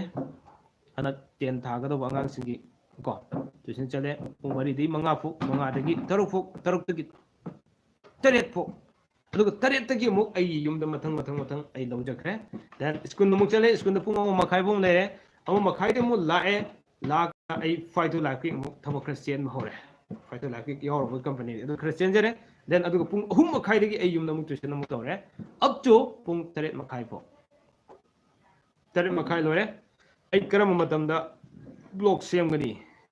ꯅꯪꯍꯧꯗꯦ ꯍꯌꯦꯡ ꯊꯥꯒꯠꯀꯗꯧꯕ ꯕ꯭ꯂꯣꯛꯁꯤꯡ ꯉꯁꯤ ꯁꯦꯝꯍꯧꯗ꯭ꯔꯒꯗꯤ ꯅꯪꯗꯦ ꯑꯗꯨꯒ ꯁꯟꯗꯦꯁꯤꯃꯗꯤ ꯆꯌꯣꯜꯒꯤ ꯔꯥꯁꯤ ꯐꯣꯜꯗꯨꯃꯗꯤ ꯁꯟꯗꯦ ꯁꯨꯇꯤ ꯊꯥꯕꯅꯤꯅ ꯑꯌꯨꯛ ꯉꯟꯅ ꯕ꯭ꯔꯁ ꯐꯨꯛ ꯇꯧꯗ꯭ꯔꯤꯉꯩꯗ ꯑꯩ ꯔꯥꯁꯤꯐꯣꯜ ꯁꯦꯝꯕ ꯌꯥꯎꯋꯦ ꯁꯦꯝꯕ ꯀꯥꯟꯗ ꯕ꯭ꯔꯁ ꯇꯧꯕꯒꯤ ꯗꯥꯎ ꯌꯥꯗꯕ ꯍꯥꯏꯇꯥꯔꯦ ꯔꯥꯁꯤ ꯑꯃ ꯍꯦꯛ ꯑꯣꯟꯅꯔꯝꯕꯒꯨꯝꯕ ꯔꯥꯁꯤ ꯑꯃ ꯀꯥꯟꯊꯣꯛꯑꯕꯒꯨꯝꯕ ꯍꯦꯛ ꯌꯥꯎꯋꯦ ꯑꯗꯨꯅ ꯍꯟꯗꯛꯇꯤ ꯃꯃꯤꯠ ꯇꯥꯊꯣꯛꯑꯒ ꯐꯖꯅ ꯁꯦꯝꯃꯗꯣꯏꯅꯤ ꯔꯥꯁꯤꯐꯣꯜꯁꯤꯀꯣ ꯁꯣꯏꯗꯅꯃꯛꯀꯤ ꯑꯗꯨꯅ ꯑꯇꯣꯞꯄ ꯃꯇꯝꯗꯗꯤ ꯑꯩ ꯍꯧꯖꯤꯛ ꯕ꯭ꯂꯣꯛ ꯁꯦꯝꯕꯁꯤ ꯌꯥꯝ ꯋꯥꯔꯕꯗꯨꯅ ꯑꯩ ꯂꯥꯏꯚꯁꯨ ꯑꯃꯨꯛ ꯊꯥꯖꯕ ꯂꯥꯏꯚ ꯊꯥꯕꯐꯥꯎ ꯅꯪꯖꯗꯕ ꯍꯥꯏꯇꯥꯔꯦꯀꯣ ꯁꯤꯒꯨꯝꯕ ꯀꯌꯥ ꯑꯃ ꯂꯩ ꯑꯩ ꯀꯃꯦꯟ ꯂꯣꯏꯅ ꯂꯧꯈꯠꯆꯈꯤꯒꯦꯀꯣ ꯋꯥꯔꯧꯕꯤꯔꯗꯦ ꯑꯩ ꯑꯗꯨꯅ ꯖꯁ ꯐꯣꯟ ꯈꯤꯡꯕꯤꯔꯛꯄ ꯌꯥꯎꯋꯦ ꯑꯗꯨ ꯌꯥꯔꯒꯗꯤ ꯈꯤꯡꯕꯤꯔꯛꯀꯅꯣ ꯍꯧꯖꯤꯛ ꯈꯤꯇꯪ ꯗꯤꯁꯇꯔꯕ ꯑꯣꯏꯕ ꯌꯥꯏ ꯃꯤꯁ ꯀꯣꯜ ꯌꯦꯡꯕꯤꯕꯗꯣ ꯍꯣꯔꯦꯟ ꯌꯦꯡꯕꯤꯔꯣ ꯋꯥꯆꯞꯇ ꯑꯣꯏꯅ ꯊꯥꯕꯤꯔꯛꯑꯣ ꯍꯥꯏꯕꯁꯤ ꯊꯝꯖꯒꯦ ꯑꯗꯨꯅ ꯄꯨꯡ 8:30ꯗꯒꯤꯗꯤ ꯀꯩꯗꯧꯔꯅꯤ ꯍꯥꯏꯕ ꯃꯇꯝꯗ ꯑꯩꯁꯦ ꯑꯉꯥꯡꯁꯤꯡꯁꯨ ꯑꯃꯨꯛ ꯈꯔ ꯀꯟꯇ꯭ꯔꯣꯜ ꯑꯃꯨꯛ ꯇꯧꯔꯅꯤ ꯑꯗꯨꯗꯒꯤ ꯑꯗꯨꯒꯤ ꯃꯇꯨꯡꯗꯅꯤ ꯑꯩ ꯂꯥꯏꯚ ꯉꯥꯛꯇꯪ ꯊꯥꯔꯛꯎꯁꯦ ꯑꯗꯨꯒ ꯑꯁꯤ ꯆꯥꯛ ꯆꯥꯔꯒꯅ ꯆꯥꯔꯦ ꯍꯧꯖꯤꯛ ꯆꯥꯛ ꯆꯥꯗ꯭ꯔꯤꯉꯩꯗꯤ ꯊꯥꯔꯛꯏꯅꯦ ꯂꯥꯏꯚꯁꯦ ꯑꯗꯨꯒ ꯂꯣꯏꯔꯒ ꯆꯥꯗꯣꯏꯅꯦ ꯃꯌꯥꯝꯒ ꯎꯅꯍꯧꯗꯕ ꯌꯥꯗꯦ ꯉꯁꯤ ꯅꯣꯡꯃꯒꯤ ꯕ꯭ꯂꯣꯛ ꯑꯃꯁꯨ ꯁꯦꯝꯕ ꯅꯪꯍꯧꯗ꯭ꯔꯦ ꯑꯗꯨꯒ ꯃꯌꯥꯝꯒꯁꯨ ꯎꯅꯍꯧꯔꯒ ꯉꯥꯏꯍꯥꯛꯇꯪ ꯃꯌꯥꯝꯒ इंटरटेनमेंट ꯑꯣꯏꯒꯦꯔꯥ ꯀꯔꯤ ꯑꯣꯏꯒꯦꯔꯥ ꯃꯌꯥꯝꯒ ꯎꯅꯔꯒ ꯋꯥꯔꯤ ꯋꯥꯇꯥꯏ ꯀꯌꯥ ꯑꯃ ꯁꯥꯟꯅꯕꯒꯤ ꯊꯕꯛꯁꯤꯡꯁꯦ ꯇꯧꯍꯧꯗ꯭ꯔꯒꯗꯤ ꯑꯩꯉꯣꯟꯗ ꯌꯥꯝ ꯅꯨꯡꯉꯥꯏꯖꯗꯕ ꯇꯧꯅꯣ ꯑꯗꯨꯝ ꯑꯣꯏꯕꯅꯤꯅ ꯑꯗꯨꯅ ꯃꯔꯝ ꯑꯣꯏꯔꯀꯥꯟꯗ ꯌꯦꯡꯉꯣ ꯗꯦꯟ ꯑꯗꯒꯤ ꯐꯣꯟꯁꯨ ꯉꯥꯏꯍꯥꯛ ꯌꯦꯡꯉꯅꯤ ꯁꯨꯝꯁꯨ ꯌꯦꯡꯉꯅꯤ ꯂꯥꯏꯚꯇ ꯉꯁꯤ ꯁꯤ ꯂꯥꯏꯚꯇ ꯄꯨꯡ 10 ꯍꯦꯛ ꯇꯥꯈꯤꯕꯁꯨ ꯌꯥꯎꯋꯦ 10 ꯇꯥꯕꯗꯒꯤ ꯉꯁꯤ ꯂꯥꯛꯈꯤꯕ ꯃꯦꯁꯦꯖ ꯃꯌꯥꯝꯁꯦ ꯑꯩ ꯃꯊꯪ ꯉꯥꯏꯍꯥꯛ ꯌꯦꯡꯗꯣꯏꯅꯦ ꯌꯦꯡꯅ ꯇꯨꯝꯊꯈꯤꯕꯁꯨ ꯌꯥꯎꯋꯦ ꯑꯗꯨꯗꯅꯦ ꯉꯁꯥꯏ ꯏꯆꯟ ꯃꯣꯅꯤꯀꯥ ꯂꯥꯏꯁ꯭ꯔꯝꯅ ꯋꯥꯔꯧꯗꯨꯅ ꯍꯧꯖꯤꯛ ꯑꯩ ꯃꯥꯒꯤ ꯃꯦꯁꯦꯖ ꯍꯜꯂꯛꯇꯦꯅ ꯍꯧꯖꯤꯛ ꯐꯥꯎꯗ ꯑꯩꯒꯤ ꯅꯝꯕꯔꯁꯤ ꯕ꯭ꯂꯣꯛ ꯇꯧꯕ꯭ꯔꯥ ꯀꯩꯅꯣꯝ ꯇꯧꯋꯦ ꯌꯥꯝ ꯅꯨꯡꯉꯥꯏꯖꯗꯕ ꯍꯥꯏꯇꯥꯔꯦꯀꯣ ꯑꯗꯣ ꯑꯩꯅ ꯑꯃꯨꯛ ꯃꯦꯁꯦꯖ ꯀꯌꯥ ꯑꯃ ꯊꯥꯏ ꯃꯥ ꯍꯟꯅ ꯌꯦꯡꯗꯦ ꯍꯧꯖꯤꯛ ꯐꯥꯎꯗ ꯅꯨꯡꯉꯥꯏꯖꯗꯕ ꯑꯗꯨꯃ ꯂꯩ ꯑꯗꯨ ꯑꯁꯥꯎꯕꯅ ꯍꯥꯟꯅ ꯃꯥꯡ ꯊꯥꯕꯁꯤꯗꯤ ꯇꯧꯕꯤꯒꯅꯨ ꯃꯌꯥꯝ ꯈꯨꯗꯤꯡꯃꯛ ꯑꯩꯅ ꯍꯥꯏꯖꯕꯗꯤ ꯑꯩ ꯃꯌꯥꯝꯒꯤ ꯁꯦꯕꯥꯒꯤꯗꯃꯛ ꯑꯩ ꯂꯩꯖꯕꯅꯦ ꯑꯗꯨ ꯃꯌꯥꯝꯒꯤ ꯅꯤꯡꯕ ꯊꯨꯡꯍꯟꯕꯗꯤ ꯑꯩꯉꯣꯟꯗ ꯈꯔ ꯉꯝꯅꯕꯗꯤ ꯑꯩ ꯍꯣꯠꯅꯖꯈꯤꯒꯦ ꯍꯥꯏꯕꯁꯤ ꯊꯝꯖꯒꯦ ꯑꯣꯀꯦ ꯔꯥꯖꯀꯨꯃꯥꯔ ꯔꯣꯕꯥꯠ ꯔꯥꯁꯤꯗꯤ ꯅꯨꯄꯤꯅ ꯃꯀꯔꯅꯤ ꯅꯨꯄꯥꯅ ꯇꯨꯂꯅꯤ ꯑꯣꯀꯦ ꯑꯗꯣ ꯑꯩ ꯔꯥꯁꯤꯗꯨ numidang haijaroroge haba ai thamjakrabane ko waraubibba yade. Satish Anthem brother gi what is say useful and meaningful in life. Thank you so much. Loksin biramba yam nuaijai. Then aduga ojasana maibam mapok numitsu sanaba rasisu sanaba ahan pabase kari kaige. Mapok numit manabasu fadre aduga ahan oibisu yam fadre. Leminabdu kitang wabagi mami mata gadu male. Chumba lambe khangdi ko. Thank you. Aina habna tisi larik na haramadu ai jum haijabane. Prem Kumar yen sembam udabu koire Prem Kumar iyamba yum sakaisaga handak sahigi haibira kareno haibiro rasina singani. Okay. Yum sakaisa kari thada pok haining si kari no adum tanga haibiro Prem Kumar yen sembam ko. Melambam Sanjolis atomba atombi pabadi tamo. Aduso kaya pabadi odi to atoma to mina khajitang amuk saphabagi khara lei. Adu ahan sidi yamna koi wa tawrsu yam yetna ba wakhan amana ngang amana thadana da khara jum lei ni atomi du khara lei ni adu atomi ni khara de phani ahan jini koi sa de mayai oi bisina mok mayai mai medium oi khara lei ni atom sinam khara pho ga ne sumna lei lai na haibiram mi matung ina ko duna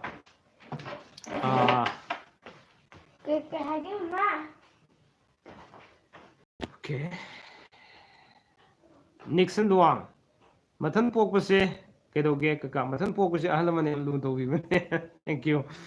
Yaima Pavadi, Yami medium, the age hijab the Nigo, Lincoln Mutum. The go, Zasana, my bum, Mapok Numits, Hibadi, Agi, Monday, Nupina, Thursday, Monday, Tuesday, Wednesday, Thursday. I'm not for you to this, a focus, Sekotai, Hijabanico. Pragma Yasembam, Tabaki, my park for Labra, Yamba. Hibadi. Thabaki mai pak pa habadi hojiki program agdo yum chike sigi oh okay yum chike sa thabak mai pa e thabak mai pak pa legani ko okay adu su rasi do mu apabu oram dragadi rasi du mai thagi apabu legna adu matung ina mai pak pa legani ko so sam Rabi nupana Friday nupina Saturday amta habir o nupana Friday nupina Friday Saturday apabu okay apaboy aduga nupina di kitang ngamningmay wakanon lai gini ko okay mayang lambam Sanjolis 2020 gi rasi gi fai fatte amta haibir o rasi di kaina mayang lambam Sanjolis 2020 gi rasi fall ai thaga sakramne new year nongan madra ke nama ai semja gi mne blo amta yengbiyo hanaki yakui kui dina lai rimne ko tang mari dara ke nama orang godo male tang mari dara ohum dara atraga tang amadra kainom soina lerangoni tang ani gumba 1 dina 4 fu manung chinda 2020 gi rasi fall sahi gi rasi fall ai thaga sakramne amtang yengbiraga di am jeni Banglam Sanjolis Satish Anthem brother gi angang gi name haibi ho ai gi han ba angang du di taseng na hagadi aina pamjabo wari amakaki ming amakaki ai thonjagi bane maitei gi ming thonjadre aduga akon bagi isa se mati maitei gi ming thonjai ahan bagi angang se aichan pa ahan sina tenison kawi tenison gi wari am pamjaba magi wari se nei na jarab gi ko pamjadana thon pamjado mo thonjaki aduga ani suba angang se asina asimati maitei gi ming thole khang pranang khang ba Không để aku mana tuan hai dah. Ai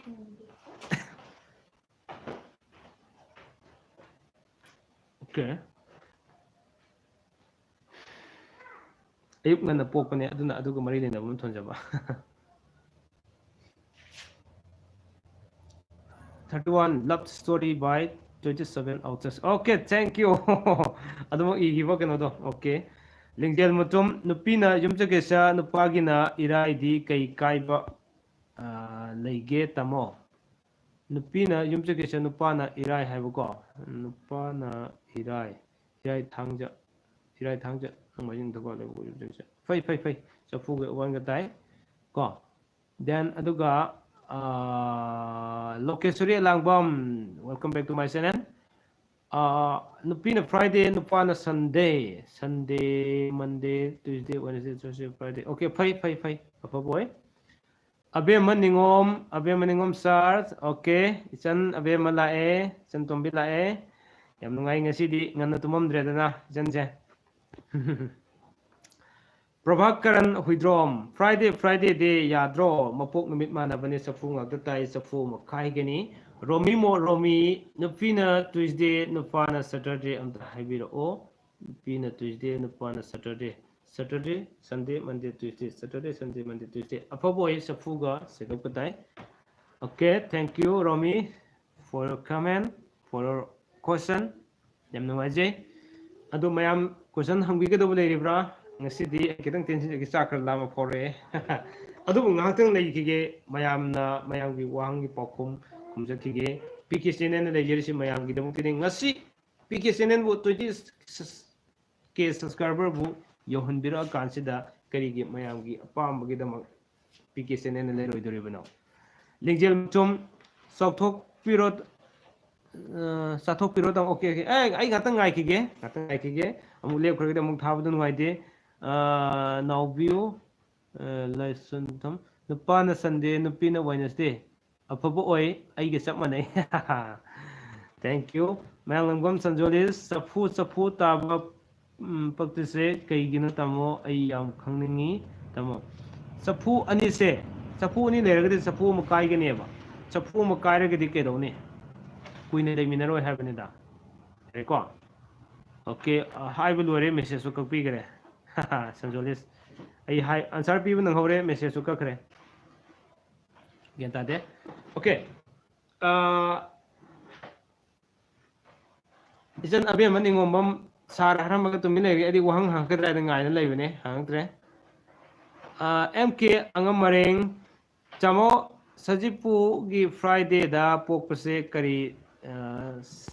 sinfamda chanagadage sinfamgise ai blog almost ai semba hoji khara loisila abane hayeng thagat pi yabre nge ko Friday da thagat pi yabre nge duka soidana sinfamgi matang se sikaram sinfam chanani habi soidana ai mayam du uhanjeragani ngaiminasi ko Ramesandra ahong sangbom sarna wa ngangbase taba yamna nungai sar adubo hojik matamgi horokliba nahasingse mathau karamna matam manghan loidage haibigi matang sargi oiba waklon da kitang share tobiyo hojiksu tawjage aduga just blog musu semjerake tasengna harabu kanda hojiki leriba angang singse ai makhagi message lokacharke ko message ani tang laisim da haijaram ge duga Ramesandra gi kano se matiam tang haijaram ge duga blog su semjerake soy ki waini tamo okay it's okay mommy picture hi brother okay hi brother and it's okay actually ai samok se ne ko uda banatro kana to uda okay thank you tamo okay Prem Kumar Yensembam tamo please amukta aigi isagi amukta okay Prem Kumar gido wahang dom taga ai WhatsApp ta detail amta ibiro ko tuga ai hajarake ko aduga asigi ai Ramesandra gi matang to wangam yam tab nu ai haibire thank you so much adubo hawjik matam gi horliba nga nahasing matau karamna matam manghanloi dage haibagi matang da sargi oiba waklon da kitang share to biyo hojiki oiba leiriba angang singse angang haisitabo akoidi nungai thokko yamna pamba ngaktani habi sei thamjage adubo angang singse matau karam daroga makoibo matam manghandana niyom sumna time is money si mafam khangna lehengedage habi targadi tasengna aigi oiba mocha from my long experience da aigi oiba waklon da aigi idea da ina thamjaningbadi angangsingsi matam manghalloige haiba targadi leirai ani na ngaklaga chatpase yam tangai fadi habase thamjage leirai ani sigi manungda leirai amana kana oigani hai matamda angang du pokpiriba mama mapana that means guardian oibigini leirai nga asapigani aduga leirai amana kana no oibigini oja guru no oibigini oja guru ne aduga mama mapane habidi guardian singna ani sina leirai oiraga makoibu arubu ise namada selhan nabagi damakta ngaga sum sakhi matamda soidana makki makoigi chap chaba matam si karino habido soidana bagi lakani habisi thamjage masi aigi kudaki oiba tholopu wakhaloni ko aduna aigi pakhum se penbi daba leiram yai dumaku Ramesandra ꯑꯩꯒꯤ ꯋꯥꯈꯜꯂꯣꯟꯗ ꯁꯤꯅꯤ ꯑꯉꯥꯡꯁꯤꯡꯁꯦ ꯃꯣꯏꯕꯨ ꯃꯇꯝ ꯃꯥꯡꯍꯟꯗꯕ ꯍꯥꯏꯕꯁꯦ ꯃꯈꯣꯏꯗ ꯀꯛꯁꯤꯟꯅꯕ ꯌꯥꯔꯣꯏ ꯁꯤꯅꯦꯅ ꯊꯝꯖꯅꯤꯡꯕꯗꯤ ꯍꯥꯏꯔꯤꯕ ꯂꯩꯔꯥꯏ ꯑꯅꯤꯁꯤꯅ ꯉꯥꯛꯑꯒ ꯆꯠꯂꯕ ꯃꯇꯝꯗ ꯃꯈꯣꯏꯒꯤ ꯃꯇꯝꯁꯤ ꯆꯞ ꯆꯥꯅ ꯂꯩꯖꯒꯅꯤ ꯍꯥꯏꯕꯁꯤ ꯑꯩ ꯊꯝꯖꯒꯦ ꯊꯦꯡꯛ ꯌꯨ ꯑꯣꯀꯦ ꯄ꯭ꯔꯚꯥꯀꯔꯟ ꯍꯨꯏꯗ꯭ꯔꯣꯝ ꯀꯣ ꯅꯨꯄꯤꯅ ꯁꯟꯗꯦ ꯅꯨꯄꯥꯅ ꯃꯟꯗꯦ ꯁꯟꯗꯦꯃꯗꯤ ꯑꯐꯕ ꯑꯣꯏ ꯀꯩꯁꯨ ꯀꯥꯏꯗꯦ ꯑꯕꯦ ꯃꯅꯤꯡꯉꯣꯝ ꯁꯥꯔ ꯑꯩꯒꯤꯗꯤ ꯍꯪꯅꯕ ꯂꯩꯇ꯭ꯔꯦ ꯁꯥꯔꯅ ꯂꯣꯏꯅ ꯍꯥꯏꯕꯤꯈ꯭ꯔꯦ ꯍꯥꯏꯒꯗꯧꯕ ꯌꯥꯝ ꯋꯥꯠꯂꯤ ꯅꯪꯅ ꯈꯪꯗ꯭ꯔꯒꯗꯤ ꯅꯪꯅ ꯍꯪꯅꯤꯡꯗ꯭ꯔꯗꯤ ꯈꯪꯗ꯭ꯔꯦ ꯑꯩꯗꯤ ꯍꯥꯏꯒꯗꯧꯕ ꯌꯥꯝ ꯂꯩꯔꯤꯀꯣ ꯑꯣꯀꯦ ꯅꯥꯎꯕꯤ ꯂꯩꯍꯥꯎ ꯊꯥꯕꯝ ꯑꯣꯀꯦ ꯄꯣꯏꯅꯨꯒꯤ ꯌꯨꯝꯖꯀꯩꯁꯗ ꯄꯣꯛꯄ ꯁꯤ ꯐꯕ꯭ꯔꯥ ꯐꯠꯇꯕ꯭ꯔꯥ ꯑꯝꯇ ꯍꯥꯏꯕꯤꯔꯛꯑꯣ ꯇꯥꯃꯣ ꯐꯩ ꯌꯨꯝꯖꯀꯩꯁꯗ ꯄꯣꯛꯄꯁꯤ ꯌꯥꯝꯅ ꯐꯩ ꯋꯥꯈꯜ ꯂꯧꯁꯤꯡ ꯁꯥꯒꯠꯄ ꯌꯥꯝ ꯍꯩꯒꯅꯤ ꯑꯥꯏꯗꯤꯌꯥ ꯄꯨꯊꯣꯛꯄ ꯌꯥꯝ ꯍꯩꯒꯅꯤ ꯀꯣ ꯃꯁꯤꯅꯦ ꯊꯝꯖꯅꯤꯡꯕꯗꯤ ꯄ꯭ꯔꯦꯝ ꯀꯨꯃꯥꯔ ꯖꯁꯤꯡ ꯇꯥꯃꯣ ꯃꯊꯛꯇ ꯀꯃꯦꯟ ꯄꯤꯖꯈ꯭ꯔꯕꯅꯦ ꯑꯗꯣ ꯑꯃꯨꯛꯇꯪꯒ ꯏꯕꯤꯔꯛꯑꯣ ꯑꯩ ꯀꯃꯦꯟ ꯃꯌꯥꯝꯁꯤ ꯑꯩꯈꯣꯏ ꯑꯩ ꯆꯤꯡꯊꯔꯏꯕꯨꯗꯤ ꯌꯦꯡꯉꯒꯦꯀꯣ ꯃꯦꯁꯦꯖ ꯃꯌꯥꯝꯁꯤ ꯂꯥꯛꯄ ꯃꯇꯝꯗ ꯑꯃꯨꯛ ꯑꯩ ꯈꯤꯇꯪ ꯑꯩꯉꯣꯟꯗ ꯀꯟꯐ꯭ꯌꯨꯁ ꯂꯩꯒꯗ꯭ꯔꯥ ꯍꯥꯏꯅ ꯈꯟꯖꯕꯅꯦ ꯄ꯭ꯔꯦꯝ ꯀꯨꯃꯥꯔꯒꯤ ꯃꯦꯁꯦꯖꯁꯦ ꯊꯕꯛꯀꯤ ꯃꯥꯏ ꯄꯥꯛꯄ ꯂꯩꯕ꯭ꯔꯣ ꯑꯌꯥꯝꯕ ꯊꯕꯛꯀꯤ ꯃꯥꯏ ꯄꯥꯛꯄꯗꯣ ꯉꯁꯥꯏꯒꯤ ꯌꯨꯝꯁꯀꯩꯁꯒꯤꯗꯣ ꯑꯣꯏꯔꯤꯕ꯭ꯔꯥ ꯑꯗꯨꯅ ꯑꯩ ꯈꯤꯇꯪ ꯀꯟꯐ꯭ꯌꯨꯁ ꯑꯣꯏ ꯃꯦꯁꯦꯖ ꯃꯌꯥꯝꯁꯦ ꯄꯥꯔꯛꯄ ꯃꯇꯝꯗꯀꯣ ꯑꯣꯀꯦ ꯑꯗꯨꯅ ꯍꯣꯏ ꯀꯥꯏ ꯌꯧꯈ꯭ꯔꯦ ꯉꯥꯎꯔꯦ ꯃꯊꯛꯀꯤ ꯑꯣꯀꯦ ꯁꯇꯤꯁ ꯂꯥꯍꯟꯗꯦꯕ 100% right okay thank you so much ꯑꯩꯅ ꯄꯤꯖꯕ ꯑꯩꯒꯤ ꯅꯨꯡꯒꯤ ꯑꯣꯏꯕ ꯋꯥꯈꯜꯂꯣꯟ ꯑꯩ ꯊꯃꯣꯏꯗꯒꯤ ꯊꯣꯛꯂꯛꯄ ꯄꯥꯎꯗꯝꯁꯦ ꯄꯤꯖꯈꯤꯕ ꯄꯥꯎꯈꯨꯝꯁꯦ ꯌꯥꯝ ꯆꯨꯝꯃꯦꯅ ꯍꯥꯏꯕꯤꯔꯛꯄ ꯊꯥꯒꯠꯄꯤꯔꯛꯄ ꯌꯥꯝ ꯅꯨꯡꯉꯥꯏꯖꯩ ꯑꯣꯀꯦ ꯑꯗꯨꯅ ꯃꯌꯥꯝ ꯃꯇꯝ ꯈꯨꯗꯤꯡꯃꯛꯇ ꯄꯤꯀꯦ ꯃꯌꯥꯝꯒꯤꯗꯃꯛꯇ ꯂꯩꯖꯒꯦ ꯃꯌꯥꯝꯅꯁꯨ ꯄꯤꯀꯦꯕꯨ ꯅꯨꯡꯁꯤꯕꯤꯌꯨ ꯄꯤꯀꯦꯒꯤꯗꯃꯛꯇ ꯂꯦꯡꯗꯅ ꯂꯩꯕꯤꯌꯨ ꯍꯥꯏꯕꯁꯤ ꯊꯝꯖꯒꯦ ꯑꯣꯖꯥ ꯁꯅꯥꯃꯥꯏꯕꯝ ꯅꯨꯄꯤꯅ ꯁꯟꯗꯦ ꯅꯨꯄꯥꯅ ꯃꯟꯗꯦꯗꯤ ꯈꯥꯕꯩ ꯇꯥꯗ꯭ꯔꯣ ꯏꯌꯥꯝꯕ ꯁꯟꯗꯦ ꯃꯟꯗꯦꯅꯤꯅ ꯆꯐꯨ ꯏꯋꯥꯟ ꯇꯥꯏ ꯆꯐꯨꯒꯤ ꯏꯋꯥꯟ ꯇꯥꯏ ꯈꯥꯕꯩ ꯇꯥꯗꯦ ꯍꯥꯏꯕꯁꯤ ꯊꯝꯖꯒꯦ ꯁꯣꯔꯤ ꯅꯨꯄꯥꯅ ꯃꯟꯗꯦ ꯍꯥꯏꯕꯅꯤꯀꯣ ꯑꯩꯗꯤ ꯑꯣꯀꯦ ꯑꯗꯨꯑꯣꯏꯗꯤ ꯃꯟꯗꯦ ꯑꯣꯀꯦ ꯑꯗꯨꯑꯣꯏꯗꯤ ꯈꯥꯕꯩ ꯇꯥꯏ ꯁꯣꯔꯤ ꯑꯩꯅ ꯄꯥꯕ ꯁꯣꯏꯕꯒꯤꯅꯤ ꯑꯗꯨꯝ ꯁꯦꯡꯗꯣꯛꯄꯤꯔꯛꯄ ꯌꯥꯝ ꯅꯨꯡꯉꯥꯏꯖꯩ ꯑꯣꯖꯥ ꯁꯅꯥꯃꯥꯏꯕꯝ ꯑꯣꯀꯦ ꯑꯦꯅꯤ ꯑꯗꯔ ꯃꯦꯁꯦꯖ ꯑꯥꯏ ꯑꯦꯝ ꯋꯥꯏꯇꯤꯡ ꯑꯌꯨꯛꯀꯤ ꯄꯨꯡ 3:30ꯒꯤ ꯈꯣꯡꯅꯥꯎꯁꯤ ꯊꯥꯗꯔꯛꯄꯅꯦ ꯍꯧꯖꯤꯛ ꯂꯥꯏꯚꯁꯤꯗ ꯂꯣꯏꯁꯤꯟꯖꯗꯣꯏꯅꯦ ꯑꯩꯁꯦ ꯆꯥꯛ ꯀꯥꯝꯊꯖꯔꯛꯀꯦ ꯑꯗꯨꯅ ꯃꯌꯥꯝ ꯋꯥ ꯉꯥꯡꯕꯁꯨ ꯌꯥꯝ ꯅꯨꯡꯉꯥꯏ ꯋꯥꯁꯤ ꯉꯥꯡꯕ ꯍꯩꯅ ꯊꯣꯛꯈ꯭ꯔꯦ ꯋꯥ ꯉꯥꯡꯕ ꯌꯥꯝ ꯍꯩ ꯑꯗꯨ ꯐꯅ ꯉꯥꯡꯉꯤꯕ ꯋꯥꯁꯦ ꯁꯨꯃꯥꯏꯅ ꯂꯥꯏꯚ ꯊꯣꯔꯛꯄ ꯃꯇꯝꯗ ꯋꯥ ꯉꯥꯡꯕꯁꯤ ꯍꯩꯇ꯭ꯔꯤ ꯑꯩꯈꯣꯏꯁꯤꯀꯣ ꯃꯌꯥꯝꯅ ꯌꯦꯡꯅꯤꯡꯕꯒꯤ ꯀꯩꯅꯣꯁꯤ ꯏꯔꯩ ꯂꯩꯇꯕꯒꯨꯝ ꯇꯧ ꯑꯩꯈꯣꯏ ꯌꯥꯝ ꯅꯨꯡꯁꯤ ꯇꯣꯉꯥꯟꯕ ꯕ꯭ꯂꯣꯒꯔ ꯐꯦꯁꯕꯨꯛ ꯕ꯭ꯂꯣꯒꯔ ꯑꯗꯒꯤ ꯑꯩ ꯃꯤꯡꯗꯤ ꯄꯟꯖꯔꯔꯣꯏꯒꯦ ꯗꯦꯟ ꯑꯗꯨꯒ ꯌꯨꯇ꯭ꯌꯨꯕꯔ ꯀꯌꯥ ꯑꯃꯁꯨ ꯂꯩꯔꯤꯕ ꯃꯈꯣꯏꯁꯤꯡꯅ ꯁꯦꯝꯕꯤꯔꯛꯄ ꯃꯣꯏꯅ ꯂꯥꯏꯚ ꯊꯥꯕ ꯃꯇꯝꯗ ꯃꯌꯥꯝꯁꯤ ꯁꯨꯝ ꯌꯥꯝ ꯅꯨꯡꯉꯥꯏꯖꯕ ꯌꯦꯡꯕꯀꯣ ꯃꯌꯥꯝ ꯌꯦꯡꯍꯟꯅꯤꯡꯕꯒꯤ ꯀꯩꯅꯣꯝ ꯁꯨꯝ ꯂꯩꯕꯗꯣ ꯑꯩꯈꯣꯏꯅ ꯑꯗꯨꯃꯛꯇꯤ ꯍꯩꯖꯗ꯭ꯔꯦ ꯋꯥꯔꯧꯕꯤꯕ ꯌꯥꯗꯦ ꯑꯩꯅ ꯂꯥꯏꯚ ꯊꯥꯕ ꯃꯇꯝꯁꯤꯗ ꯑꯩꯅ ꯉꯥꯡꯕꯗ ꯁꯣꯏꯈꯤꯕ ꯂꯥꯟꯈꯤꯕ ꯀꯌꯥ ꯑꯃ ꯌꯥꯎꯕꯤꯔꯝꯒꯅꯤ ꯋꯥ ꯉꯥꯡꯕꯗ ꯐꯖꯗꯕ ꯀꯌꯥ ꯑꯃ ꯌꯥꯎꯕꯤꯔꯝꯒꯅꯤ ꯄꯨꯝꯅꯃꯛꯇꯨ ꯀꯅꯥ ꯅꯠꯇꯦ ꯈꯟꯗꯅ ꯑꯗꯣꯝꯒꯤ ꯃꯔꯨꯞꯅꯤ ꯑꯗꯣꯝꯒꯤ ꯅꯕꯨꯡꯅꯤ ꯅꯠꯇ꯭ꯔꯒꯅ ꯑꯗꯣꯝꯒꯤ ꯅꯅꯥꯎꯅꯤ ꯈꯜꯂꯒ ꯃꯇꯝ ꯈꯨꯗꯤꯡꯃꯛꯇ ꯉꯥꯛꯄꯤꯌꯨ ꯍꯥꯏꯕꯁꯤ ꯑꯩ ꯌꯥꯝ ꯇꯣꯏꯅ ꯍꯥꯏꯖꯔꯤꯗꯨꯅꯤ ꯉꯁꯤꯁꯨ ꯑꯗꯨꯝ ꯍꯥꯏꯖꯔꯤ ꯄ꯭ꯔꯚꯥꯀꯔꯟ ꯍꯨꯏꯗ꯭ꯔꯣꯝ ꯅꯨꯄꯤꯅ ꯁꯟꯗꯦ ꯅꯨꯄꯥꯅ ꯐ꯭ꯔꯥꯏꯗꯦ ꯁꯦꯇꯔꯗꯦ ꯁꯟꯗꯦ ꯆꯐꯨ ꯏꯋꯥꯟ ꯈꯥꯕꯩ ꯇꯥꯏ ꯄ꯭ꯔꯚꯥꯀꯔꯟ ꯍꯨꯏꯗ꯭ꯔꯣꯝ ꯂꯥꯏꯠ ꯅꯝꯕꯤꯕꯁꯨ ꯈꯔ ꯋꯥꯠꯄ ꯃꯥꯜꯂꯦ ꯃꯌꯥꯝꯁꯦ ꯑꯣꯖꯥ ꯁꯅꯥꯃꯥꯏꯕꯝ ꯌꯥꯝ ꯌꯦꯡꯅꯤꯡꯉꯤꯗ ꯇꯥꯁꯨ ꯇꯥꯅꯤꯡꯉꯤꯗ ꯏꯌꯥꯝꯕ ꯑꯣꯀꯦ ꯌꯥꯝ ꯅꯨꯡꯉꯥꯏꯖꯩ ꯑꯗꯨꯃꯥꯏꯅ ꯍꯥꯏꯕꯤꯔꯛꯄꯁꯨ ꯑꯗꯨ ꯃꯌꯥꯝ ꯌꯦꯡꯕꯤꯔꯤꯕ ꯚꯤewers-ꯁꯤꯡꯅ ꯂꯥꯏꯛ ꯅꯝꯕꯁꯨ ꯀꯥꯎꯕꯤꯒꯅꯨ ꯑꯗꯩ ꯁꯕꯁꯀ꯭ꯔꯥꯏꯕ ꯇꯧꯕ ꯀꯥꯎꯕꯤꯒꯅꯨ ꯗꯦꯟ ꯁꯕꯁꯀ꯭ꯔꯥꯏꯕ ꯇꯧꯕꯤꯔꯝꯃꯅꯤ ꯑꯗꯨꯒ ꯃꯌꯥꯝꯗꯁꯨ ꯁꯤꯌꯥꯔ ꯈꯔ ꯇꯧꯕꯤꯌꯨ ꯍꯥꯏꯕꯁꯤ ꯊꯝꯖꯒꯦ ꯋꯥꯛꯆꯤꯡꯒꯤ ꯅꯣꯡꯃꯥꯏꯖꯤꯡꯗ ꯄꯣꯛꯄꯁꯤ ꯐꯕ꯭ꯔꯥ ꯐꯠꯇꯕ꯭ꯔꯥ ꯑꯃꯠꯇꯒ ꯍꯥꯏꯕꯤꯔꯛꯑꯣ ꯇꯥꯃꯣ ꯅꯥꯎꯕꯤꯌꯨ ꯂꯩꯍꯥꯎ ꯊꯥꯕꯝ ꯋꯥꯛꯆꯤꯡꯒꯤ ꯍꯥꯏꯕ ꯂꯩꯇꯦ ꯀꯔꯤꯒꯤ ꯍꯥꯏꯕ ꯂꯩꯇꯦ ꯅꯣꯡꯃꯥꯏꯖꯤꯡꯗꯕꯨ ꯄꯣꯛꯑꯒꯗꯤ ꯐꯪꯅꯤꯡꯕ ꯄꯣꯠꯁꯤ ꯐꯪꯕ ꯌꯥꯝꯅ ꯋꯥꯏ ꯍꯥꯏꯕꯁꯤ ꯊꯝꯖꯒꯦ ꯐꯪꯕ ꯌꯥꯝ ꯋꯥꯕꯅꯤ ꯑꯗꯨꯅ ꯐꯪꯗꯤ ꯐꯪꯒꯅꯤ ꯑꯗꯨꯒ ꯑꯆꯧꯕ ꯊꯕꯛꯁꯦ ꯐꯪꯕ ꯌꯥꯝ ꯋꯥꯕ ꯑꯗꯨꯒ ꯑꯄꯤꯛꯄꯒꯨꯝꯕꯗꯤ ꯈꯨꯗꯛꯇ ꯍꯦꯛ ꯐꯪꯕ ꯑꯁꯤꯒꯨꯝꯕ ꯈꯔ ꯇꯧꯒꯅꯤ ꯍꯥꯏꯕꯁꯤ ꯊꯝꯖꯒꯦ ꯂꯣꯡꯖꯝ ꯀꯤꯌꯣꯕꯇꯤ ꯂꯥꯏꯠ ꯅꯝꯖꯩꯀꯣ ꯏꯆꯟ ꯀꯤꯌꯣꯕꯇꯤ ꯍꯧꯖꯤꯛꯐꯥꯎ ꯌꯦꯡꯕꯤꯔꯝꯕ ꯌꯥꯝ ꯅꯨꯡꯉꯥꯏꯖꯩ ꯂꯥꯏꯠꯁꯨ ꯅꯝꯕꯤ ꯇꯥꯛꯄꯤꯕ ꯌꯥꯝ ꯅꯨꯡꯉꯥꯏꯖꯩ ꯑꯣꯀꯦ ꯑꯆꯧꯕ ꯁꯥꯐꯝ ꯏꯕꯨꯡ ꯌꯦꯛ ꯑꯃꯗꯤ ꯁꯂꯥꯏꯒꯤ ꯃꯔꯝꯗꯁꯨ ꯅꯣꯡꯃ ꯐꯖꯅ ꯊꯥꯒꯠꯄꯤꯔꯛꯑꯣ ꯁꯣꯏꯗꯅꯃꯛꯀꯤ ꯁꯤꯌꯣꯔ ꯑꯩ ꯊꯥꯒꯠꯆꯔꯛꯀꯦ ꯑꯣꯀꯦ ꯌꯦꯛꯀꯤ ꯃꯇꯥꯡꯗꯕꯨꯗꯤ ꯈꯔ ꯊꯥꯒꯠꯆꯈ꯭ꯔꯕꯅꯦꯀꯣ Thoksom Garanson Monday gidi haisi wahang kari wahang oidino wahang wakan yame aduna adum tanga hangbiro haisi thamjage lokesuri alangam irai da pokpagidi aduso karino kari hangbini wahang se karino habidum tanga habiragadi sendesi mapung phan biragadi am nuaijani habisi thamjage ai ngaijage aduga hangbiro okay maraksida aina amukasu hana thamjaningbadi ngasidi itha thajatna mayamna nungsibibadagi mayamna support tobibadagi PKCNN 20k subscriber yobu ngamjare 20,000 haibani adu makhatana mayamna su like share tobiyo amadi ai khangnaba mayam singcheda subscribe to hanbiro adu leiriba video singsidagi kanaba khradang lominasi habasi thamjage okay mai message la amina makha samdajarage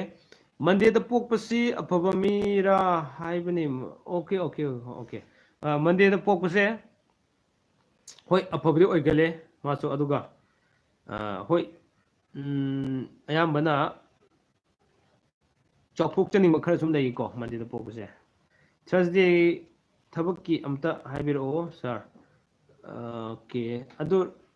ai blog semjarakki haibako Ramachandra aduga blog to dai semna lerabne mathangi Jumbalo lamjing sida soina hayeng mu thagalak ai nangade hayeng thagalake nangdragana Monday da soina thagalak na batujage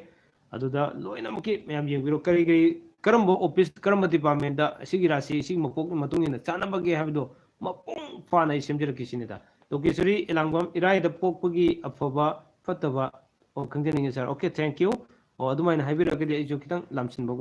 waroi da haibdenes mayam kumakpani na ko warobu yade message anirak ihalena warobi nako otherwise kan bigano lokesuri langbam iraida pokpasi so kitang section ba yaba khara dum lei habisi ko ai thamjage section gadaba tabak khodimak section yam ta kalai section logdri mangjaba yam lei gini habi thamjage sonali ngangom lamta gi thasida pokpadi numina sogol sen pokpa yamna pai aduga adu isingano oh okay sogol sen gi unedi pai aduga thasida pokpase thasida pokpase kari thano dum da haibiro aduga I yengjagi ko oh lamta gi ko lamta gi thasida pokpa habane numina sogol sen lamta gi thasi okay sen toina kai belete Thoksom Garanson karamba makhalgi chauthok choba hoidino okay wakhal chauthokpa haibo ngani ko wakhal chauthokpa oini habane thank you mayam hangbike do bole rade hangbiro aduga like su nambio aduga I cho oja thangjada pokpagi okay thangja pokpase thangji gi ko amdang ai yengger kige whatsapp da tebro aduga Prem Kumar yamba amukta ai gi do pabiro amtag okay ese to kai yehodri ne oja sana Prem Kumar amtag thabiro natra ai whatsapp dum thabiro aduga yengasi ko ai thengna da bari khangne uhouda ba hekta yawe dun oja sana maibamgi maitigi mingo matang da amuktang ga nainasi yamba okay soidana tawjarake maitigi mingo gi matang da karamna ming thongani habana singma singsu mayamna hangirak palera ne jumbalo lamling de soidana ge habjarake satisfying them brother suggest 2 good days of birth of child of June month okay 2 good days of birth of child of June okay yes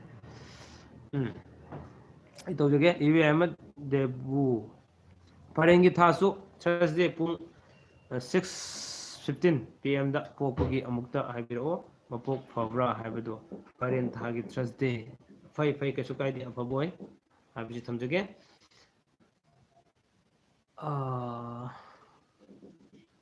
Nasigi Unadi a live si Losilesira Mayam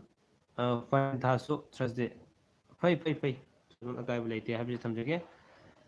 ꯑꯗꯨꯗꯤ ꯃꯌꯥꯝ ꯄꯨꯡ ꯀꯌꯥ ꯇꯥꯔꯒꯦ ꯍꯥꯏꯕꯁꯤ ꯑꯝꯇ ꯌꯦꯡꯖꯒꯦ ꯄꯨꯡ 9:30 almost ꯆꯪꯁꯤꯟꯈ꯭ꯔꯦ ꯄꯨꯡ 10 ꯐꯥꯎꯗꯤ ꯂꯥꯏꯚ ꯊꯥꯕ ꯌꯥꯕꯅꯦ ꯑꯗꯨꯕꯨ ꯑꯩ ꯆꯥꯛ ꯆꯥꯗ꯭ꯔꯤꯕꯅꯤꯅ ꯈꯤꯇꯪ ꯋꯥꯕ ꯑꯃ ꯑꯩꯉꯣꯟꯗ ꯃꯥꯌꯣꯛꯅꯔꯦ ꯑꯗꯨꯅ ꯑꯩ ꯆꯥꯛ ꯆꯥꯅꯕꯒꯤ ꯉꯁꯤꯗꯤ ꯑꯩꯈꯣꯏ ꯆꯤꯆꯦ ꯑꯩꯈꯣꯏ ꯗꯦꯟ ꯑꯗꯒꯤ ꯏꯕꯥ ꯑꯩꯈꯣꯏ ꯑꯗꯒꯤ ꯏꯆꯥꯅꯨꯄꯤ ꯃꯌꯥꯝ ꯂꯥꯛꯄꯅꯤꯅ ꯃꯌꯥꯝ ꯄꯨꯟꯅ ꯆꯥꯛ ꯆꯥꯃꯤꯟꯅꯕꯒꯤ ꯇꯥꯟꯖꯥꯗꯣ ꯑꯩ ꯂꯧꯖꯒꯦ ꯑꯗꯨꯅ where okay James Khuman Irilbung okay ꯅꯨꯄꯥꯅ ꯊꯔꯁꯗꯦ ꯑꯗꯨꯒ ꯅꯨꯄꯤꯅ ꯅꯨꯄꯤꯅ ꯃꯟꯗꯦ ꯊꯔꯁꯗꯦ ꯐ꯭ꯔꯥꯏꯗꯦ ꯁꯦꯇꯔꯗꯦ ꯁꯟꯗꯦ ꯃꯟꯗे ꯆꯐꯨ ꯉꯥꯛ ꯇꯥꯏ ꯑꯐꯕ ꯑꯣꯏꯗꯦ ꯄ꯭ꯔꯚꯥꯀꯔꯟ ꯍꯨꯏꯗ꯭ꯔꯣꯝ ꯏꯔꯥꯏꯒꯤ ꯊꯕꯛꯀꯤ ꯃꯇꯥꯡꯗ ꯈꯤꯇꯪ ꯑꯣꯀꯦ ꯑꯩ ꯍꯥꯏꯖꯔꯛꯑꯒꯦ ꯕ꯭ꯂꯣꯛ ꯁꯦꯝꯖꯔꯛꯑꯒꯦꯀꯣ ꯑꯗꯨꯃ ꯊꯣꯛꯆꯣꯝ ꯒꯦꯔꯦꯟꯁꯟ ꯉꯥꯏꯍꯥꯛ ꯉꯥꯏꯕꯤꯈꯣ ꯆꯥꯛꯇꯤ ꯂꯥꯝꯃꯕꯅꯤ ꯑꯣꯀꯦ KSS ꯁꯨꯁꯤꯜ ꯁꯤꯡ ꯁꯨꯅꯤꯜ ꯑꯣꯖꯥ ꯊꯥꯡꯖꯗ ꯄꯣꯛꯄꯁꯦ ꯇꯧꯔꯨꯕ ꯊꯕꯛ ꯃꯥꯏ ꯀꯌꯥ ꯑꯣꯏꯗꯕ꯭ꯔꯥ ꯆꯦꯛꯁꯤꯟꯕ ꯋꯥꯠꯄꯒꯤ ꯀꯩꯅꯣ ꯈꯔꯗꯤ ꯂꯩꯕꯅꯤ ꯊꯥꯡꯖꯒꯤꯁꯦ ꯐꯖꯅ ꯑꯝꯇ ꯌꯦꯡꯖꯔꯛꯈꯤꯒꯦ ꯆꯦꯛꯁꯤꯟꯕ ꯈꯔ ꯋꯥꯠꯄ ꯀꯥꯟꯗ ꯇꯧꯒꯗꯕ ꯊꯕꯛꯁꯦ ꯍꯦꯛ ꯅꯥꯟꯊꯣꯛꯄ ꯈꯔꯗꯤ ꯂꯩꯒꯟꯕꯅꯤꯀꯣ ꯊꯥꯡꯖꯁꯦ ꯑꯣꯀꯦ ꯊꯣꯛꯆꯣꯝ ꯒ꯭ꯔꯦꯟꯁꯟ ꯕ꯭ꯔꯗꯔ ꯑꯣꯀே ꯖꯦꯁ ꯑꯗꯨꯅ ꯀꯔꯤ ꯃꯊꯦꯜꯅꯣ ꯍꯥꯎꯔꯝꯗꯧ ꯃꯥꯜꯂꯤꯗ ꯀꯔꯤ ꯊꯣꯡꯉꯦ ꯈꯪꯗꯦ ꯑꯗꯨ ꯌꯦꯡꯉꯨꯆꯣ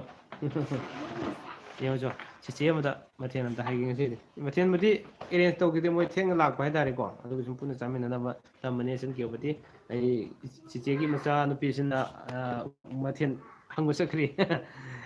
ꯍꯪꯉꯛꯑꯕꯅꯤ ꯑꯩ ꯃꯌꯥꯝꯅ ꯈꯪꯍꯟꯅꯤꯡꯕ ꯍꯥꯏꯇꯥꯔꯦꯀꯣ ꯑꯗꯨꯒꯤꯗꯃꯛꯇꯅꯤ ꯅꯥꯎꯔꯦꯝꯕꯝ ꯖꯅꯦꯁꯣꯔꯤ ꯑꯩꯒꯤ ꯗꯤꯁꯦꯝꯕꯔ ꯊꯔꯁꯗꯦꯗ ꯄꯣꯛꯄꯁꯦ ꯀꯃꯥꯏꯅ ꯇꯧꯒꯦ ꯗꯤꯁꯦꯝꯕꯔ ꯊꯔꯁꯗꯦꯗ ꯄꯣꯛꯄꯁꯦ ꯀꯃꯥꯏꯅ ꯗꯤꯁꯦꯝꯕꯔ ꯊꯔꯁꯗꯦ ꯐꯩ ꯍꯥꯏꯔꯂꯣ ꯍꯥꯏꯔꯂꯣ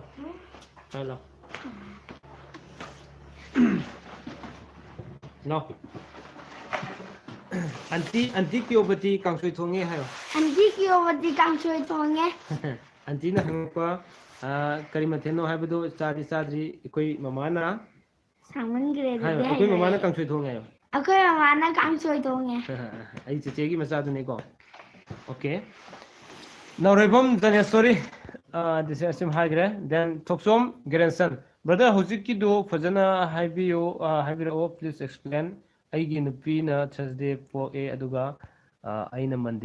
ꯃꯟꯗꯦ ꯇꯨꯏꯁꯗꯦ ꯋꯦꯅꯁꯗꯦ ꯊꯔꯁꯗꯦ ꯐꯩ ꯍꯥꯏꯕꯅꯦ ꯆꯐꯨꯒ ꯆꯦꯒꯞꯀ ꯇꯥꯏ ꯌꯥꯝ ꯐꯩꯌꯦꯕ ꯑꯐꯕ ꯑꯣꯏ ꯃꯁꯤ ꯀꯃꯥꯏꯅ ꯇꯧꯒꯦ ꯑꯐꯕ ꯑꯣꯏ ꯀꯩꯝ ꯋꯥꯔꯨꯅꯣ MK ꯑꯉꯃꯔꯦꯡ ꯇꯥꯃꯣꯅ ꯍꯥꯏꯕꯤꯕꯗ ꯐ꯭ꯔꯥꯏꯗꯦꯗ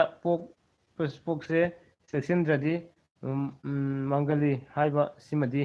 100% ꯆꯨꯝꯃꯤ ꯑꯩꯉꯣꯟꯗ ꯌꯥꯝ ꯇꯣꯏꯅ ꯊꯣꯛꯑꯒ ꯂꯩꯔꯦ ꯑꯣꯀꯦ ꯑꯣ ꯍꯥꯎꯅ ꯆꯥꯕꯤꯌꯨ ꯑꯣꯀꯦ ꯊꯦꯡꯛ ꯌꯨ ꯏꯆꯟ ꯀ꯭ꯌꯣꯕꯇꯤ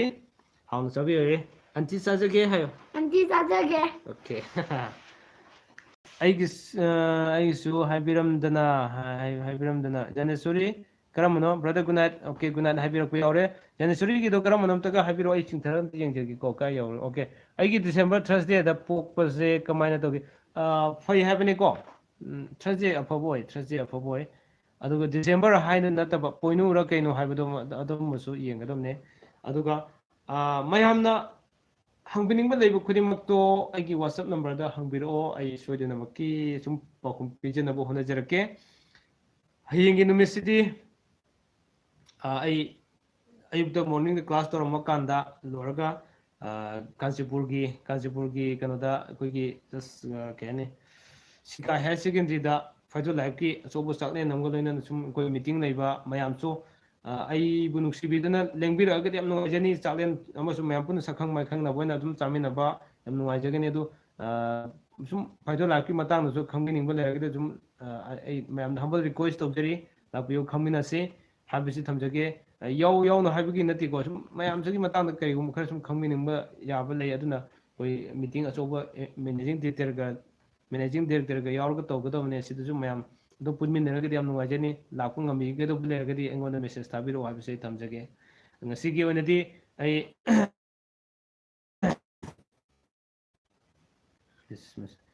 ꯑꯁ ꯌꯥꯝ ꯍꯥꯎꯅꯤꯌꯦ ꯀꯥꯡꯁꯣꯏꯗꯣ ꯑꯕꯦꯝ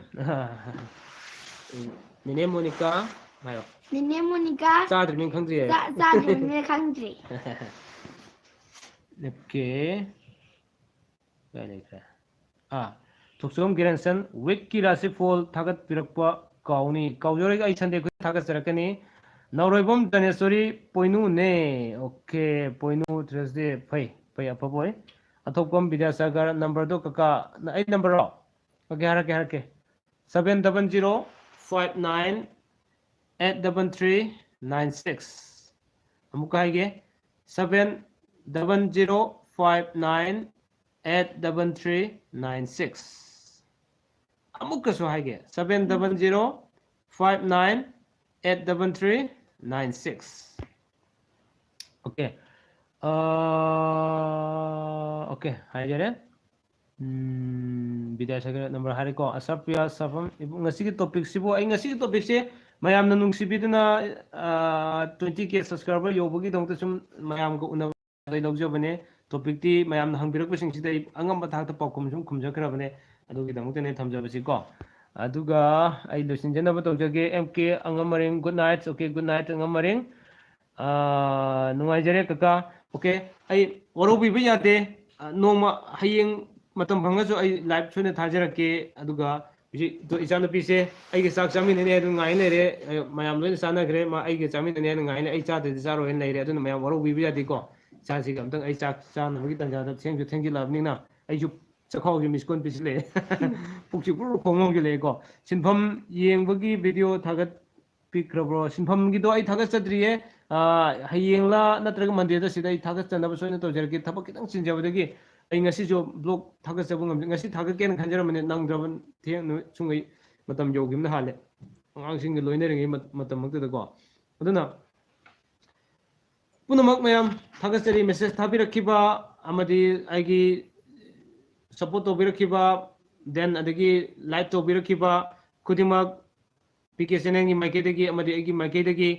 amadi aigi family gi maikedagi ngamkhoi leitena thagat sab phongdok chari amadi ngasi fawda 20k subscriber yohunba ngambirisi gumna matam khunimakta PKSN na su mayam gi damak angam mathakta seba tawjage aduga yari makhaidi mayam na aigi khangna chanaba khunimakta aigi channel sibo subscribe to hanbiraktuna